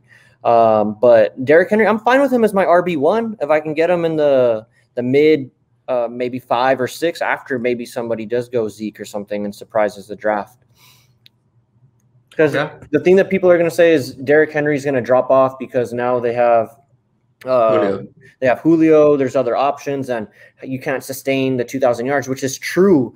But even him falling down to 1,600 rushing yards is still going to be good enough for running back one. So, you're and so the touchdowns at the goal line. I mean, he's that very guy at the true. goal line. Yeah. I like him. I like him I have him as my in fantasy football. If I had the number 3 pick, I think there's only 2 guys in fantasy that I would take before I took him personally. So I'm pretty high on Derrick Henry because of the competition he's going to be facing. I mean, there's not really many good defenses inside of that division. Nice. Well, do you have anything else for the Titans on fantasy football? Nope, that's it. Alrighty. Well, all right, let's move on down the line. We're hitting the second place team from last year. I think they're pretty much projected to be in the same slot, depending on health of their key players. But that's none other than the Indianapolis Colts. They finished second last year with an 11-5 record, 6-2 at home, 5-3 on the road, 4-2 against the division. That's what ended up doing them in against the Titans. The Titans won based off of their divisional record. They still made the playoffs. They lost in the wild card against the Bills, 24-27. Now, they had 6 games decided by 7 points or less. They were actually one of the stronger teams when they won their games. They won them convincingly. They were 5-1 in their close games, though. So they did win those tightly contested affairs. Going into 2021, some of their notable props, some of them were down, I think, because of their injury. But what I was able to find is they're plus 3,000 to win the Super Bowl, plus 1,400 to win the AFC Championship. Over-under is set at 9, juiced to the over at minus 130. And to win the AFC South, they're plus 180. Now, their big splash, and it's up here on the slide, as we were calling them Carson's Colts, is the addition of Carson Wentz over from the Philadelphia Eagles, reuniting him with his old offensive coordinator and Frank Wright. This marks the 4th straight year that the Indianapolis Colts are going to have a new Week 1 starter. And I think that's including Andrew Luck. So they've had a lot of change at that position since he decided to retire, and even since Peyton Manning, because he was there for about 18 years or however long he was there. But moving on from quarterback, Carson Wentz was there. They added Eric Fisher to the offensive line, a former number 1 pick. They got him over from the Chiefs. They got Chris Reed to beef up that offensive line also at the left guard position. Their round 1 pick was a defensive end. I can't pronounce his name. Kwity Paye, a defensive end out of Michigan. And their departures, really, Phillip Rivers to retirement. Their longtime backup, Jacoby Brissett, is going to be backing up Tua down there in Miami. It's a good change of scenery. I would trade Miami for all day to be a backup. So good move for Jacoby Brissett. They lost Justin Houston, a good edge rusher, or used to be a good edge rusher, to the Ravens. And they also lost another edge rusher in Danico Autry to the Titans. Now the Colts, their big storyline, again, I think it's Carson Wentz. Is he going to be able to put it together? Is he going to be able to put it together mentally, physically now with this foot injury? Who's going to be the Week 1 starter? It's all up in the air for the Colts. Ron, why don't you lead us off here, man? I know you know a lot about Carson Wentz from being a Cowboys fan. Do you think he's the guy to take the Colts over the hump? I just don't think he's that dude, man. I don't think he's that dude. Dude got replaced, like everybody knows, by Nick Foles. Just basically, pulled a robbery, on his squad, man. Took him to the ship. I don't think he's the answer for you. He's very comparable to, at least in my opinion, to Phillip Rivers. So I don't see much changing this year. And then the fact that he's hurt, I don't have a lot of confidence in this Colts team. Their bye week isn't until week 14, and the first half of that schedule is just brutal, man. They're going to Tennessee, they're going to Baltimore, they're going to San Francisco. They play Tennessee again. I see some easy wins week 9 and 10, maybe, with New York and Jacksonville, but then they go to Buffalo, they host Tampa Bay. I honestly think they get the bulk of their wins at the latter part of their schedule. Jacksonville, Las Vegas, Arizona, and New England are their last 4 games after the week 14 bye. I just don't see it, man. That's my personal, opinion there. Just like you mentioned, Wentz is they're kind of a little bit more probable on him. You know, now coming back week 1, his progression is getting better than they anticipated with his injury. But you also made a good point earlier in saying he's not going to have any practice preseason with this brand new team. So there's not much to say on the Colts, man. I think the ceiling for me is 9, so I'm comfortable taking the under actually here. I see them at 7 wins, something like that. And again, those are going to come at the latter part of the season where maybe they just threw in the towel already. So yep. That's how I feel. I don't know how you guys feel about that. What about you, Ben? Your old AFC South rival. I think how do you feel about them? I think if 8-8 was still an option, I think you could have pegged them down 100% for an 8-8 season. I think that's what it's looking like. It's looking like it's going to be mediocrity. It's going to be a lot of question marks week in and week out at the quarterback position with Carson Wentz already coming in. I mean, it's a foot injury. The quarterback drops back just about every play. So I know that the Indianapolis Colts do have the best offensive line in football, which will help. It will alleviate a little bit of that. But at the end of the day, man, he's going to have to be mobile. He's going to have to be able to drop back. And he hasn't proven that he can last the whole season. And I'm just not very confident in their backups. So I agree. I think their ceiling is 9. I could see them at 7 or 8 wins, but I don't think that they win more than 9 games.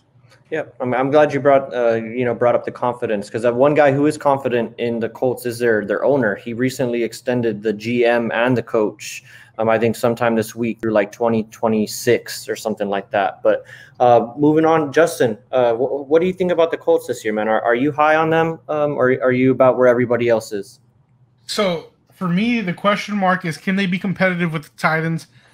I don't know necessarily, and I hate that we're doing this team at this time with the unfortunate news of Wentz being hurt again, because a lot of that would, whether I think they're going to be over 9 or under is dependent on him.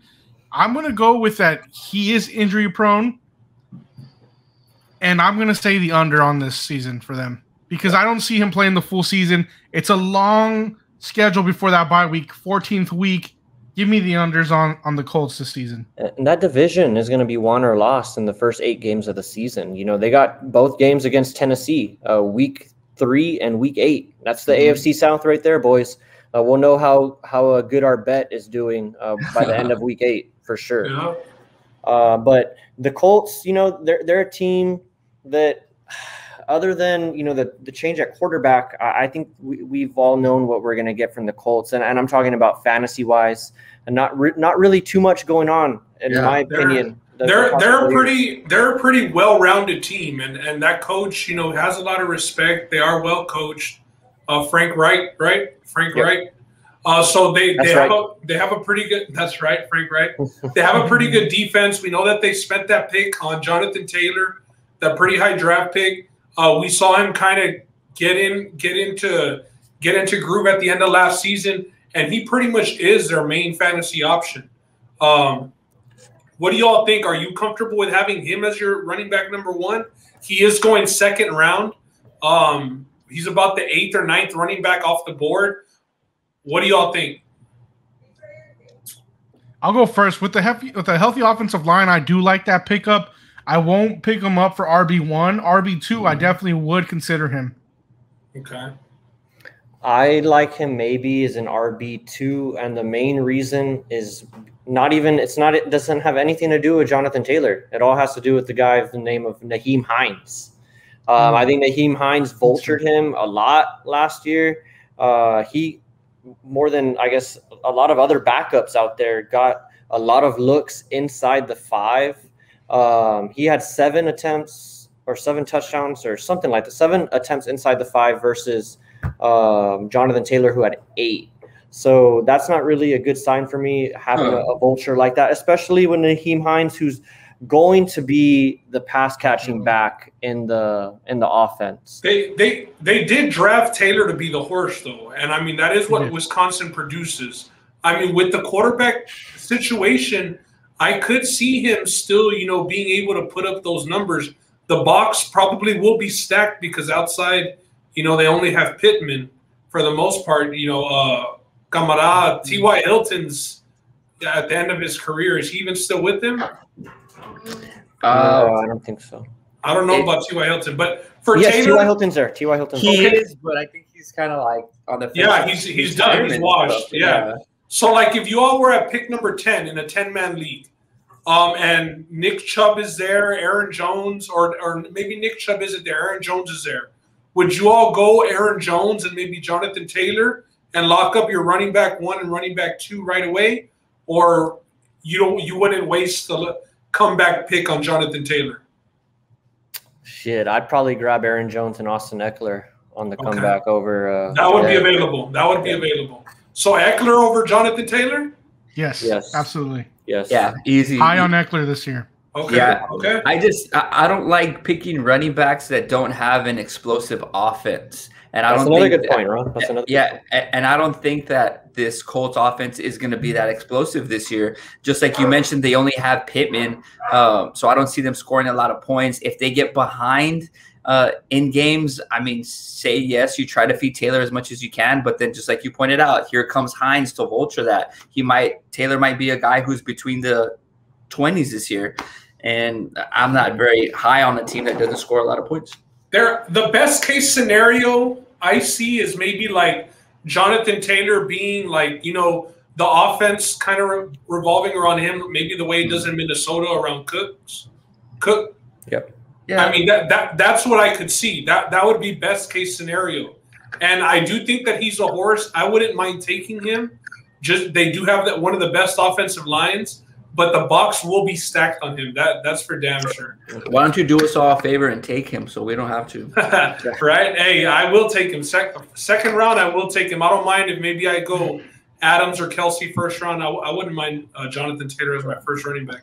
And I do want to clarify, though, that attempts stat that I read off, it was 7 attempts inside the 5 versus 17 attempts inside the 5. So Jonathan Taylor still led the way for the team, but 7 is quite a big number, especially for a guy like Nyheim Hines, who you wouldn't necessarily expect to get that many looks inside the 5. That's all I'm trying to say. Well, that's pretty much half. That's half. Yeah. The only other player that I would say any interest in drafting Pittman at wide receiver or the quarterback question marks just too much that you ain't touching him with a 10-foot pole. Nope. And I'm a former T.Y. Hilton guy. I've had him on my fantasy team for a long time. I mean, last year I ended up with him somehow, but I'm out on T.Y. Hilton. I got to put that one to bed. T.Y. was a good run, though. I lost my fantasy league because I started him over Larry Fitzgerald 2 years ago when he was coming back from injury, and I lost to Wally that year, man. I would have. I know I should have just left Larry Fitz in there. Yeah. So anything else on the Colts before we move on to the third place team? No, man. I don't got anything else. Okay. All righty. It's the third place team. We're getting ready to wrap up the AFC South breakdown. The third place team is none other than the Houston Texans. Their 2020 record was 4-12. Had a lot of turnover throughout the year. Lost their coach in the beginning of the season, Bill O'Brien. This team, they finished 2-6 at home, 2-6 on the road, 2-4 on the division or against the division, finished third place. They had 8 games that were decided by a touchdown or less. They were 2-6 in those games. Some props to look at, nothing really too crazy here.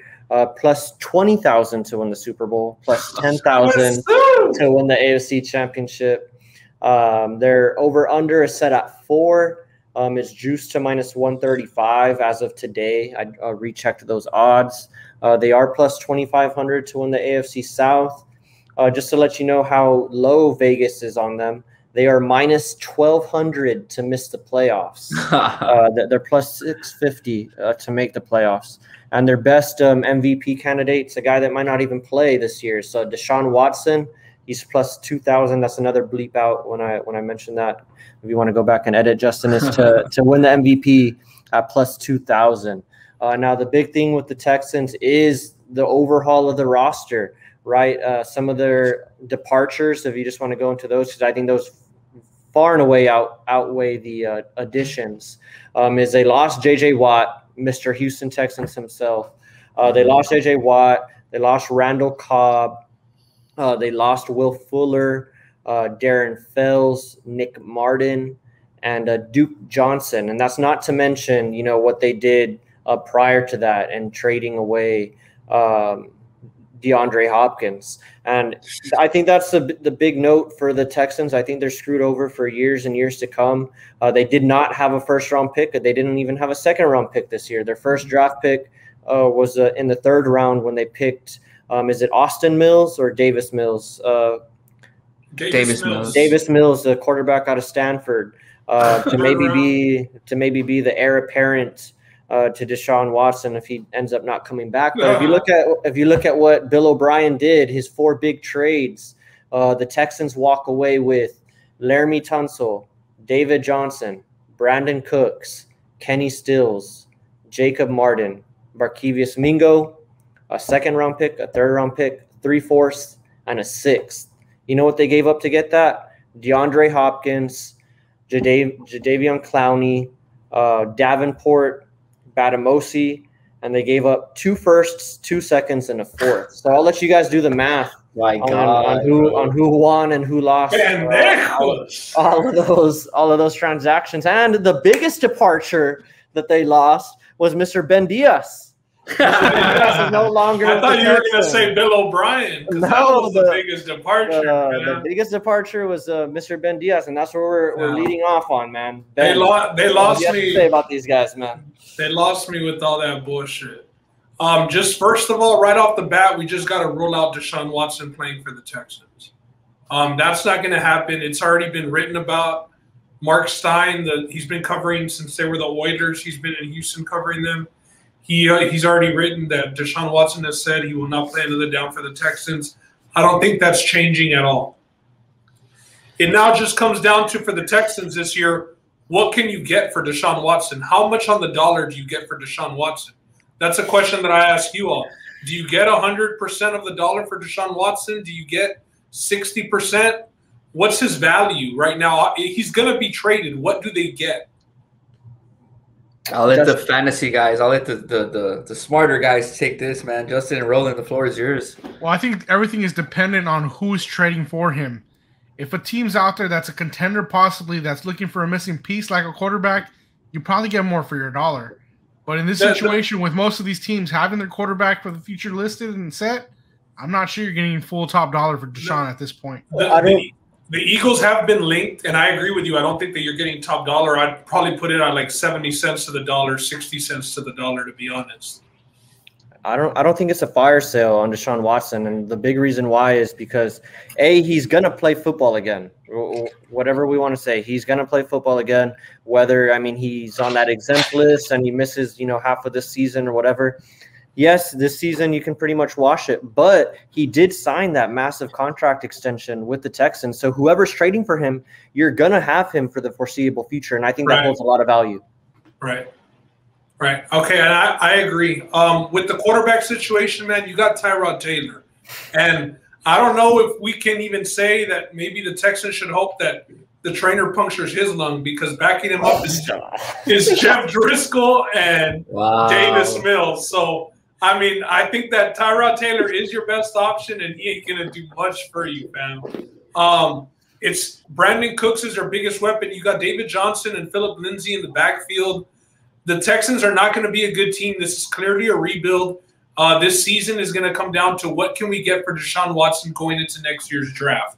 I think that that's going to be the one main goal this season. Maybe getting some young guys some reps, Davis Mills some reps at QB. But it's not going to be good. They're not going to win many games. They're 16 to 1 odds to go winless. So, better odds to go winless than to win the division or the Super Bowl. It's going to be a bad season for the Houston Texans, man. A really bad.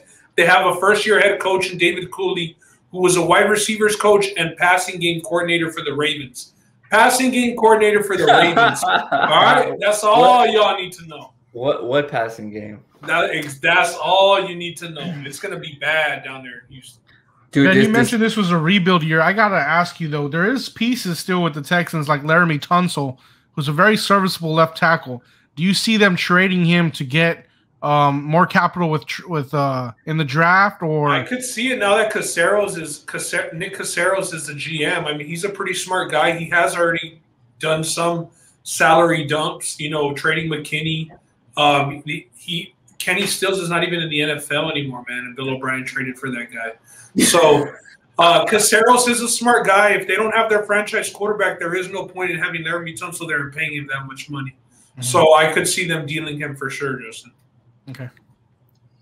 Man, I'm just going to talk about the win total real quick. 4 is stupid crazy. Like, just to see a number like that after all the 9.5s and 10s and 10.5s that we've been seeing. With an extra game added, because now 17 games. With an extra game added, but you look at their schedule. I mean, they have the 17th ranked schedule this year, which is in the middle of the pack. So, man, dare I say under here? I mean, point me 4 wins. Point me a push on this schedule. Exactly. I mean, who can we see them beating? Do they? I want to say do they split with the Jags, but we still haven't even talked about the Jags yet. But I mean, where are the wins here? Their most winnable games are against the Jaguars, against the Panthers, the Jets. The Jets is another winnable game, and that's pretty much it. Everybody else, I have them as sizable underdogs. You're looking at them going into Buffalo. Oh, is that week 2? What do you think? Minus week 4. Buffalo. The spread for Buffalo in week 4 when the Texans are going to be like 0-3. I think that we're looking at like minus 17, bro, on the point spread. I mean, that's how bad they are. Depending how bad they look in those first 3 games, you can see a spread that high. I agree with you there. But yeah, it's hard to point out 4 wins. Justin, do you have anything different to add? Are you more optimistic? No, I have nothing to add to this Texans talk. This is something that, unfortunately, a rebuild year, like Ben said, there's not much to say. There's no highlights for me other than maybe Laremy Tunsil being moved. I do have a question for Ben. At what point last year or this year did you finally say enough was enough and then you moved on? When Deshaun asked out, when they fucked it up with him, and when they didn't hire Eric Bieniemy, when they went and just hired Cooley, that was the breaking point. The passing game coordinator for the Ravens, who ranked last in passing last year. I mean, with what brain do you make that hire, fam? It's senseless. Fuck that. Okay. So I guess this leads us to our second and our last. Oh, go ahead, Ben. The only fantasy player that I think has. Oh no, we're still going to get into fantasy. Okay. It's going to lead us to our second bet for the division, and it's our last bet for the division, and that is the under. We're all on the under 4 here, and so the key thing about it being 4 is that even if they do get that 4th win somehow, some way, you're still good with the push. It's a pretty safe bet in my opinion, because we could be looking at them into the bye already planning for one of those top quarterbacks. Yeah, in the NFL, you have the worst record, you get the number 1 pick. Yeah. It's not the lottery like the NBA. So they could just go. They could just go full tank mode, bro. They could be like the Jets last year, when they pretty much tanked it and they tried to actively lose some games. I remember that game against the Raiders where they gave up that Hail Mary, the Hail Mary to Henry Ruggs. Yeah. Yes, I mean, they were trying to lose at some point. So we can see that with the Texans here.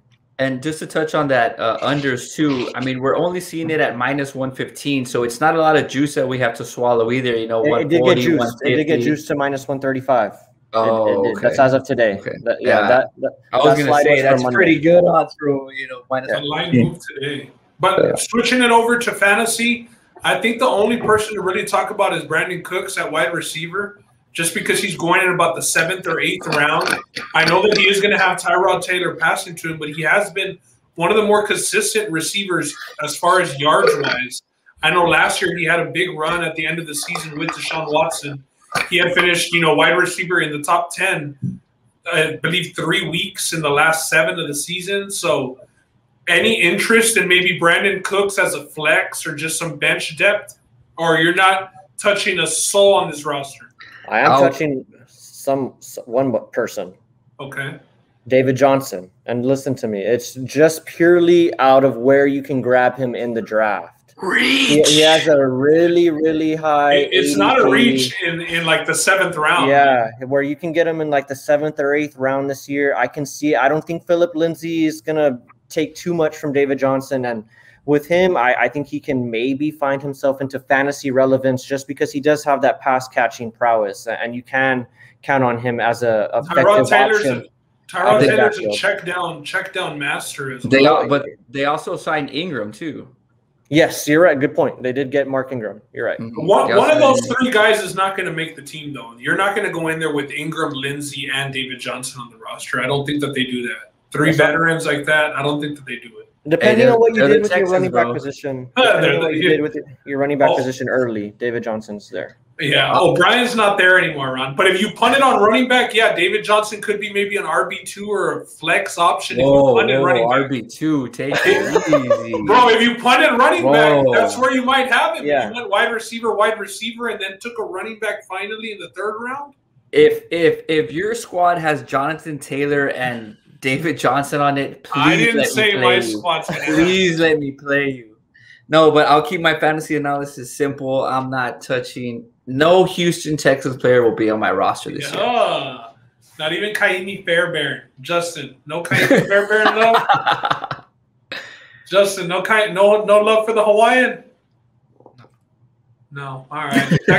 Texans are done. They're gonna be trash, man.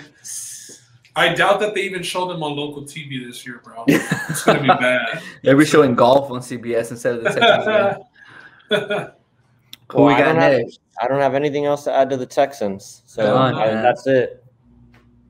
Stick a fork in them this year, man. Yup, stick a fork in them. They're done, baby. It's a moment that we've all been waiting for, guys. I know I've been just itching and scratching to get to this last team. It's the Jacksonville Jaguars. They finished 4th last year. They're pegged to finish 3rd if you go by the season totals. They were 1-15 last year. They were tanking for T-Law. They were tanking for Trevor. They were 1-7 at home, 0-8 on the road, 1-5 against the division. They beat the Colts in the first game of the season, and then they lost 15 in a row. That's wild. 6 games. 6 games decided by a touchdown. They were 1-5 in those games. Reading off these props purely for humor, plus 7,000 to win the Super Bowl, plus 2,000 to win the AFC, plus 600 to win the AFC South.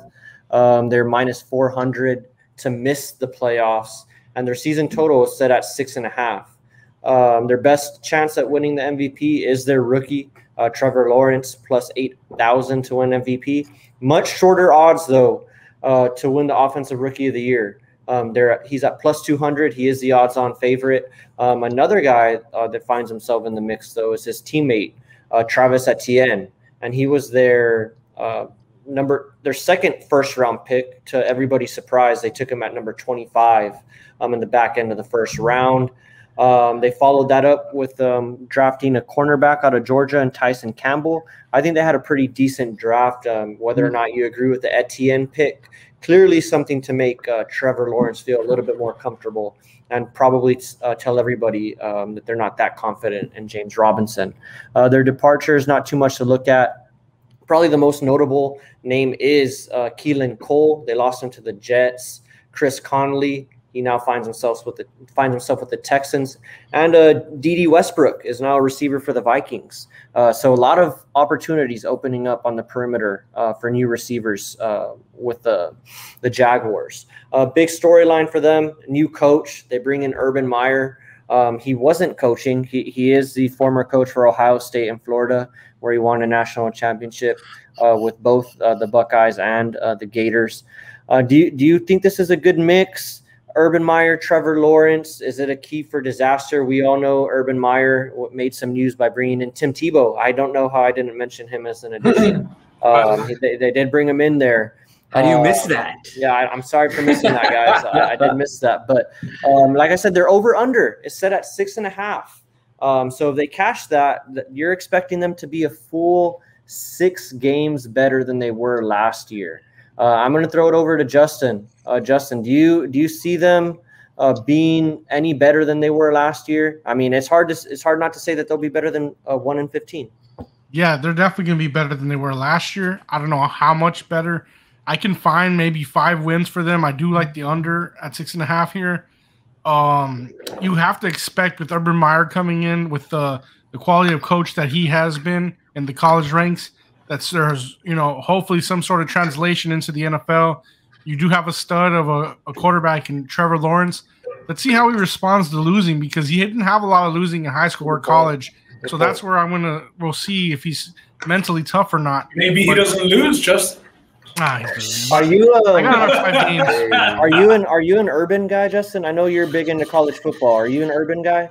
Yeah, so I liked Urban in Florida, but I loved him at Ohio State. I'm a Texas Longhorn fan, as y'all know, but man, was Ohio State with Urban been calling my name lately because of the unsuccessful Texas seasons, at least. But he's gone now, so.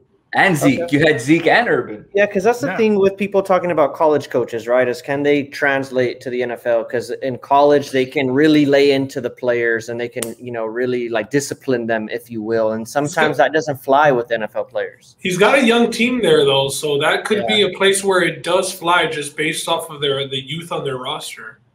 Mm-hmm. So Ben, are you high on the Jags? I wouldn't say I'm high on the Jags, but I think that 6, maybe 7 wins is in their future.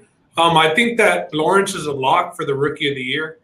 I mean, plus 200.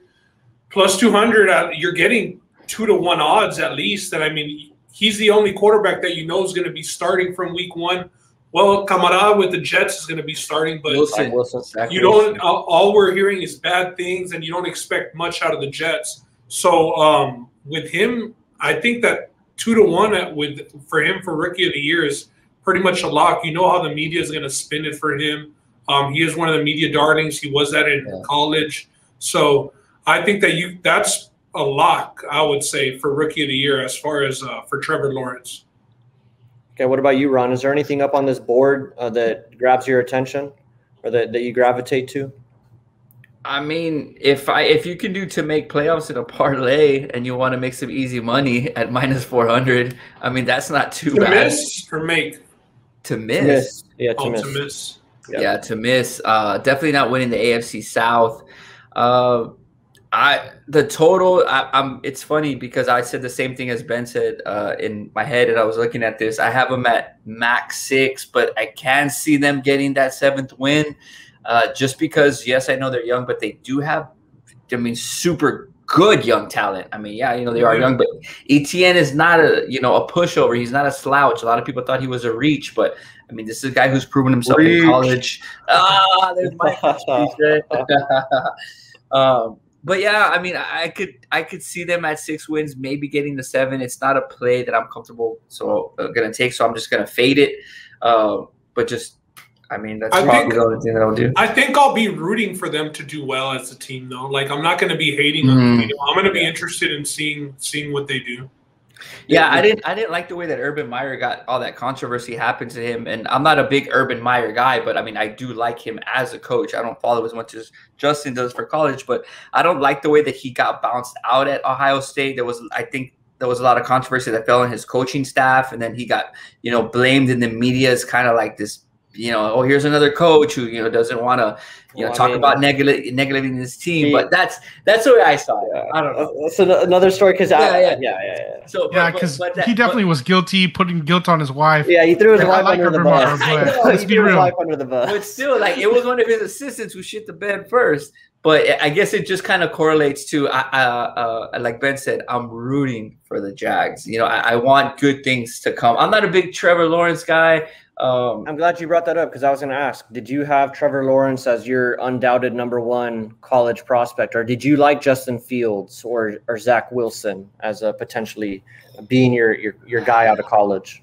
I didn't love him as the first overall pick, but there really wasn't anybody else who was going to compete with that. Like, he wasn't in like super, super tight, race. I knew that Wilson wasn't going to be the guy. Justin Fields was getting, I thought maybe Justin Fields, But right before the draft, all that stuff started coming out to where he's not smart enough and, you know, all this stuff. So I'm glad that Lawrence lost those games against Alabama because I'm a big Alabama fan. And those games kind of went to show that maybe he wasn't as strong as everybody thought because he had trouble, you know, in those games. But still a team that I'm going to root for. I'd say 6 wins.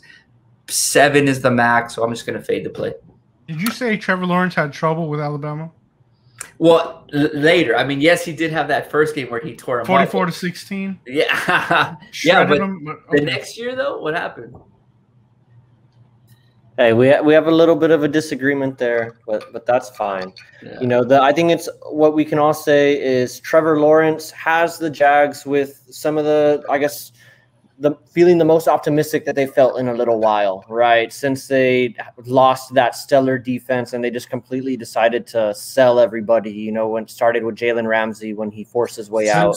That's hey, Roland, don't forget about the Minshew era, bro. All right. He had his run. We can't overlook Gardner Minshew. I mean, right now they're in the middle. They're in the middle of a heated quarterback battle. Don't know who's gonna win. It's neck and neck. The dog days of it's neck and neck. I mean, I wouldn't mind Hard Knocks if they chose Jacksonville to get to see Minshew versus Trevor Lawrence. That would have been quite the storyline. And then, I mean, don't sleep on their pickups. Not to keep going into it, but Marvin Jones is a solid wide receiver. Yeah, Shaq Griffin is, you know, another great player as well. So, and I'm glad you brought that up. You got to give them respect because they did go out and get Shaq Wilson, who's a great cornerback for the Seahawks. Marvin Jones, another guy. But I think with Marvin Jones, it's going to have more of an implication on fantasy. Like we just talked about with their departures, they pretty much lost their whole wide receiver room. From last year, save Laviski Shenault. I can't pronounce his name, but he's one of the few returners, including DJ Chark.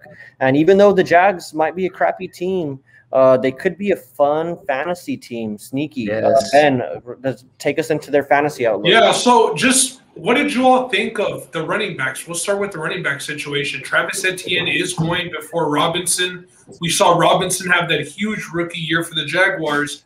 And still, the Jaguars go and draft Travis Etienne, the teammate of, you know, Trevor Lawrence at Clemson with the 23rd pick, I believe it was in the draft. What do you all see going down there in that backfield? Are you all comfortable drafting either one? I was a big fan of Travis Etienne in college, but I don't think that I'm comfortable drafting him without knowing what the situation is for sure. I think that because they're both young, they want to have that tandem back there, and they don't want to put too much pressure on these young running backs. You know, they say, hey, you know what, you're a young guy, you had a good season with a Robinson, but let's give him a little help because we can't fully rely on him because he's so young. So I think that's why that they went out and got him. I'm not playing either one. I think it's going to be fun to see them play, but fantasy wise, I'm staying away from Jags running backs. Yeah, I'm going to let somebody else make that decision for me. I'd rather not get locked up with Etienne, especially with his draft capital and where you'd probably have to take him going above Robinson. And Robinson was their guy last year, but I think them drafting Etienne shows that they're not committed to him being their workhorse. So scared off of both guys right now, especially because you don't know what the situation is going to be like on that snap count. Justin, no interest in Etienne as an RB2 or a flex, or yes interest? Yes interest. If I'm in a PPR league, I'm going to take a look at Etienne, just because you know he's a receiving back as well. Good point. And he's got that chemistry with Lawrence, so we all expect to win that heated quarterback battle that's going on right now. Where is this a projection, Ben? Etienne's going around the 5th, 6th round in some drafts. It's kind of high to me. It is pretty high just based on not knowing what's going to go on in that backfield. But teams don't go and waste first-round picks on running backs and not put them to use. Do you think he'll have a better fantasy season than J.K. Dobbins did last year? No. J.K. Dobbins had some pretty good games. Towards the end, after you drafted him, you maybe didn't keep him. Yeah, Etienne will be playing a lot earlier than J.K. Dobbins, so I'll take that back. I say Etienne does have more fantasy points his rookie year than Dobbins. Okay, cool. Yeah, and moving on, I don't think that we're going to talk much about the quarterback position for fantasy. So in the wide receiver room, I'm out on DJ Chark. Drafted him last year. I'm out on DJ Chark. Maybe some interest in Laviska Shenault as a flex option, but I really have no interest, to be honest. I like Shenault as a flex, maybe a bench wide receiver, depending where you can get him and how you draft and you pick up your skill position players. Because of that DJ Chark, you mentioned him. He has an injury right now. He's going to be out for a couple of weeks. And I think this injury is going to help Laviska Shenault get a lot of good rapport with Trevor Lawrence going into the season. And then you couple in the fact that this is going to be a team that's going to be down most games. That leads to trash can points or to trash points. Garbage time, excuse me, trash time. The Russell Wilson special. Yeah, it's going to get you those garbage time points. And I think Laviska Shenault is going to be a big benefactor, especially because he's just going to be competing with Marvin Jones. And we don't know what's up with DJ Chark right now. So I like Shenault, depending where you can get him. Justin, any interest in the wide receiver room? No, not for me. All right, Ron? If Marvin Jones is there super late, maybe, but I mean that's somebody you could probably pick up on a waiver wire. Somebody goes out with injury. So yeah, I mean you just have to expect that T-Law's gonna want to sling it, and that's what Urban Meyer's gonna want to do. So yeah, well that's pretty much all I got. Not the most exciting division for fantasy football wise. Maybe a player. Or for football, period. Right? Yeah, pretty heavy loaded division, which we expect to be a 2-team race, for that division title. Definitely somebody's got to make the playoffs. What's Tennessee Titans to make the playoffs, Roland? How steep was that? Let me see if I can find it real quick. Okay, I'm sorry to put you on the spot, but I just going through all this. Now that we're at the end of it, I think the Titans to win the division, whatever the line is a lock too, man. Yeah, it's not even too steep, so that's why we like it. What was it, like 140? Minus 140. 140. I think about to play right here for us. I would be all over that. There, Justin coming in clutch. Ron, where can you find these kind of plays? Where can you bet on these plays? I mean, I tell you guys all the time. I don't know if you're listening, but it's right here. All right, Bet King Online, Bet King Online, Bet King Online. Remember that. Simple. Everybody's got a Twitter. Go to the search box, Bet King Online. Throw them a DM, or even shout them out in the comments, man. To drop a little something on there, and just say the guys when we're talking about sports send us. What's the promo? Because I'm ready to play. If you guys want to, man, we talking about sports. Throw the at. If you guys follow us, throw the Bet King at. If you guys watch a video, Justin's really good about putting these videos up there. Tag us, tag them. Somebody's gonna answer you. For sure. Even if you're already playing, ask them about the promotion. Mm-hmm. I mean, referral bonuses too. If you guys are already a member of Bet King Online, they give the referral bonuses out, man. If I'm sure somebody's gonna ask you, hey, I've had guys ask me, hey, where do you bet at? How do you do it? How do I set up an account? Like that's what we're here for, man. Ask us or ask them, and we'll hook you up quick. And we'll put a little extra change in your pocket this NFL season. Yes, sir. That was the AFC South. We do have the Titans winning the division, Colts in second place, and Jags in third, and the Houston Texans in fourth. And that's also our second bet with the under at 4. So next week, probably going to hit you with another top 10 list, probably looking at the running backs. And we're going to hop back into the NFC. I think this wrapped up. Oh, no, actually, we got one more AFC division. The AFC East with the Bills, Patriots, Dolphins, and the Jets. So, yeah, we can go there and add in the top 10 running backs. So, and that's all that I have for me. Just more preseason football tonight and throughout the weekend. So, just looking forward to that. Yeah, man. Good show, fellas. Awesome. Yep, I don't got anything else. That's it. That's it. We talking about sports, man. Follow, subscribe. I'm supposed to be the franchise player, and we're in here talking about practice. I mean, listen, we talking about practice. Not a game, not a game, not a game. We talking about practice. Not a game, not a game. Me. Bam, bam. Me, man. Not a game. Slap that like she scored 30. What are we even talking about, man? We talking about sports here.